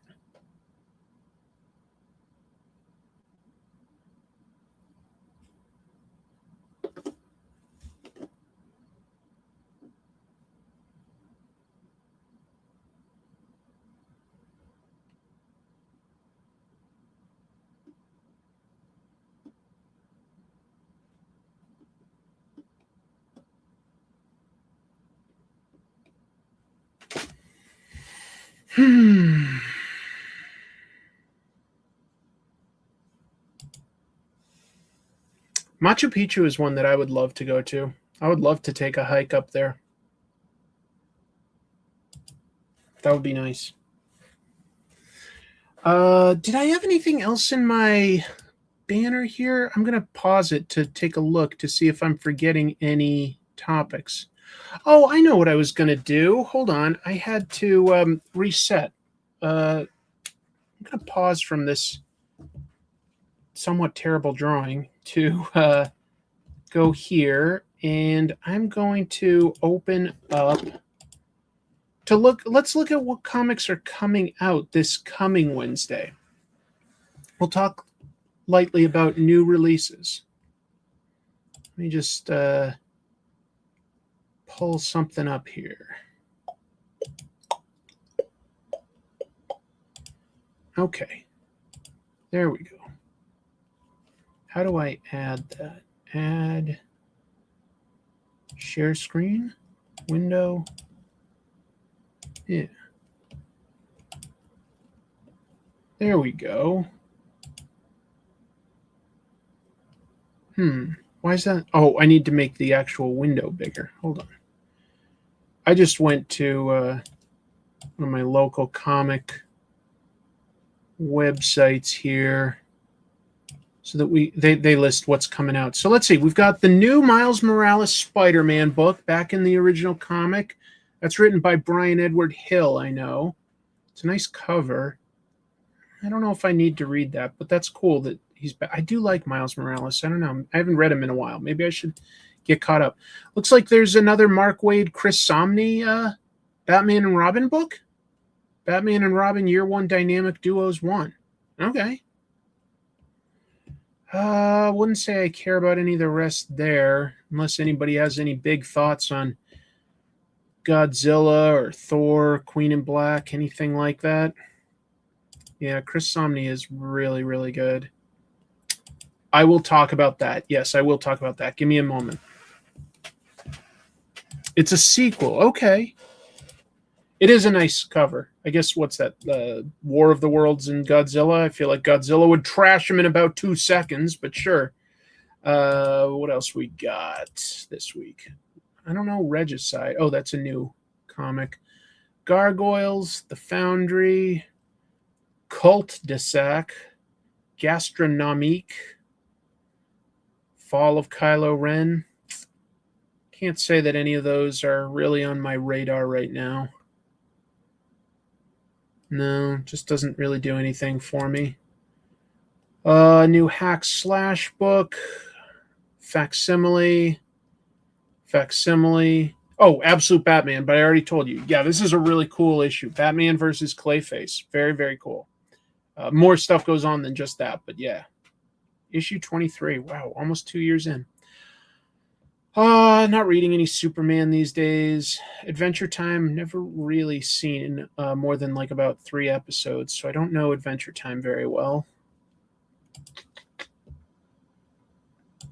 That clearly says The Fall of Kyle Fenn. Yes, exactly. Sub to Hello Kitty. Okay. Starhenge. Yeah. I'm not super familiar. Let's see. Yeah, I'm pretty sure you're right that Foundry is in the Hellboy universe. I keep meaning to get caught up with like the main Hellboy books at some point, but I'm pretty far behind. I need to figure out exactly where I left off, and someday I'll get back to that. What else we got? Right, the Barbara Gordon book, Beast of Boriken. Okay. Bleeding Hearts, a Clayface book, because of course, right, the movie's coming out. Cryptid Core, Deadly Tales of the Gunslinger. You know, Dennis Camp gets a lot of talk, but I haven't heard a lot of people talking about Bleeding Hearts too much. Is it good? I don't know. Die, Doctor Strange. Oh, the new issue of Dork. I'll definitely be picking that up. I like Dork a lot. Dork is really good. It continues to impress. What else? Yes. Oh, absolutely. I'll watch that. Yes, absolutely. I'm enjoying Bleeding Hearts. Okay, good. Godzilla is Kyle Baker, and the backup is Tom Scioli. Love those creators. Love Godzilla. Just hadn't really been on my radar. I'm curious about the Fire and Ice series. Can respect that. Emperor Aquaman. Okay. Fury of Firestorm. Oh, it's a DC Next Level book. Got it. Oh, that's Jeff Lemire. Well, that's cool.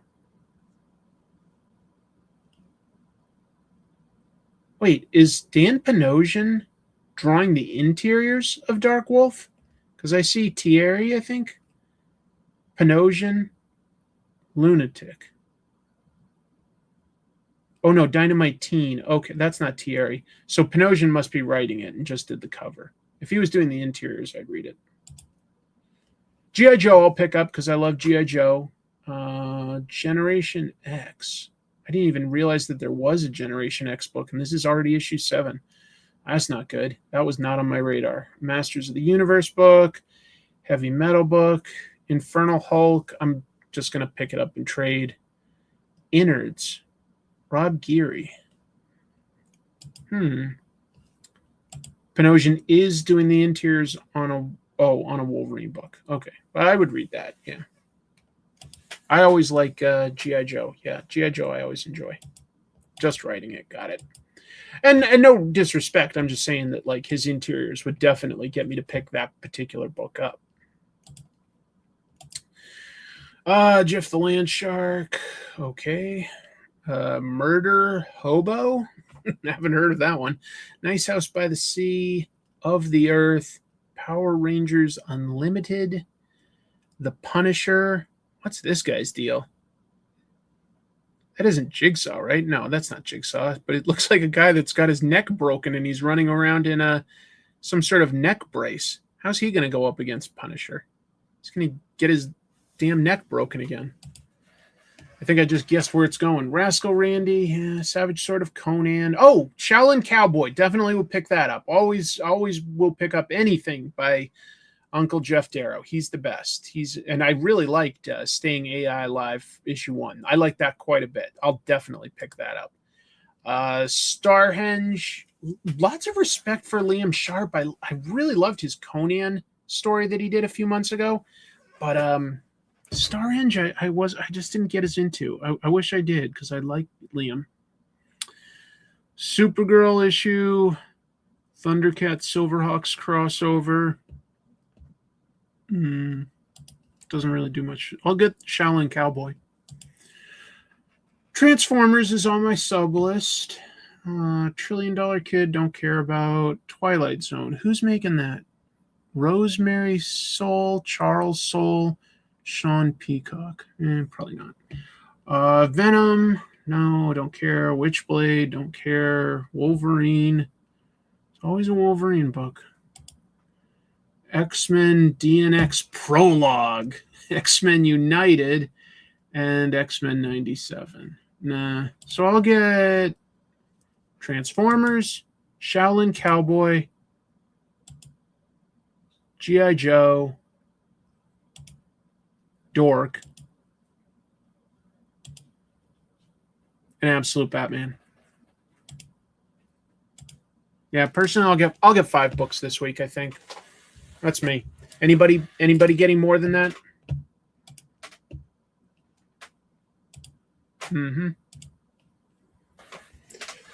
Yeah, that's fun. I should do that more often. Just take a look at what books are coming out this week. See if there's any big reactions like, you have to get this, otherwise you're crazy.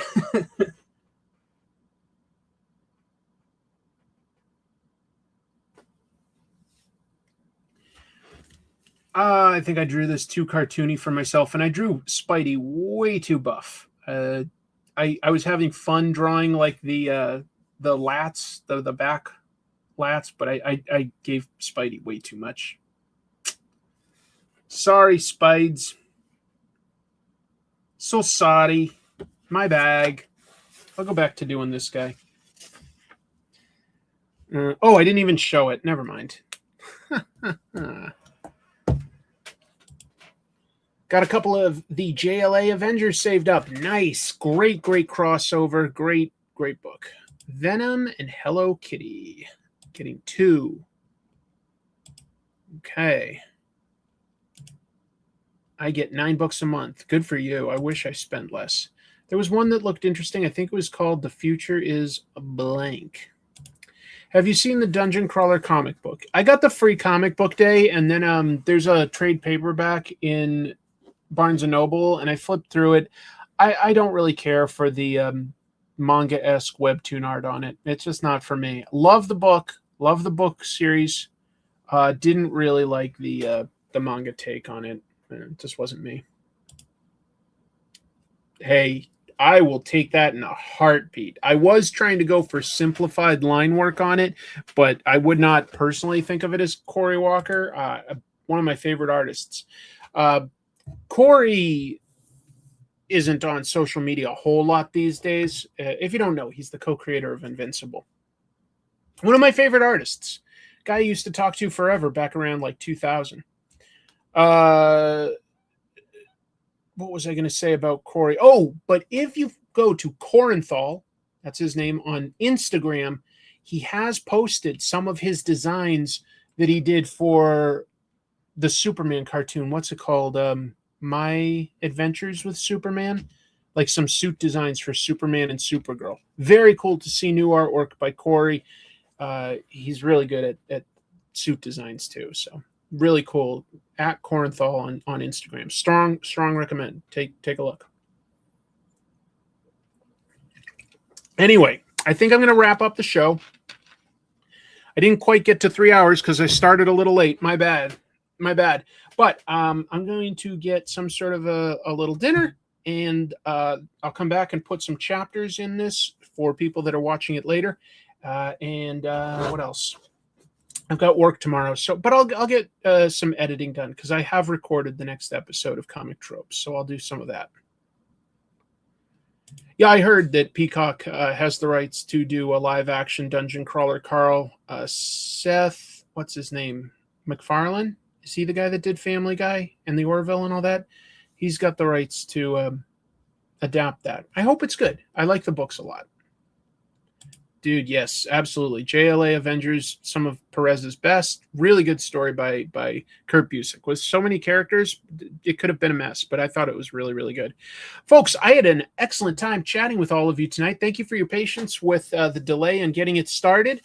We've got some really cool comics coming up. I'm excited for that. Please, if you haven't, go ahead and hit subscribe and hit like for this video. And then go check out my Omaha the Cat Dancer video over on the Comic Tropes channel. Thank you so much, everybody. Double salute? Absolutely. Keep reading comics. Thanks all. Take care. See you next week.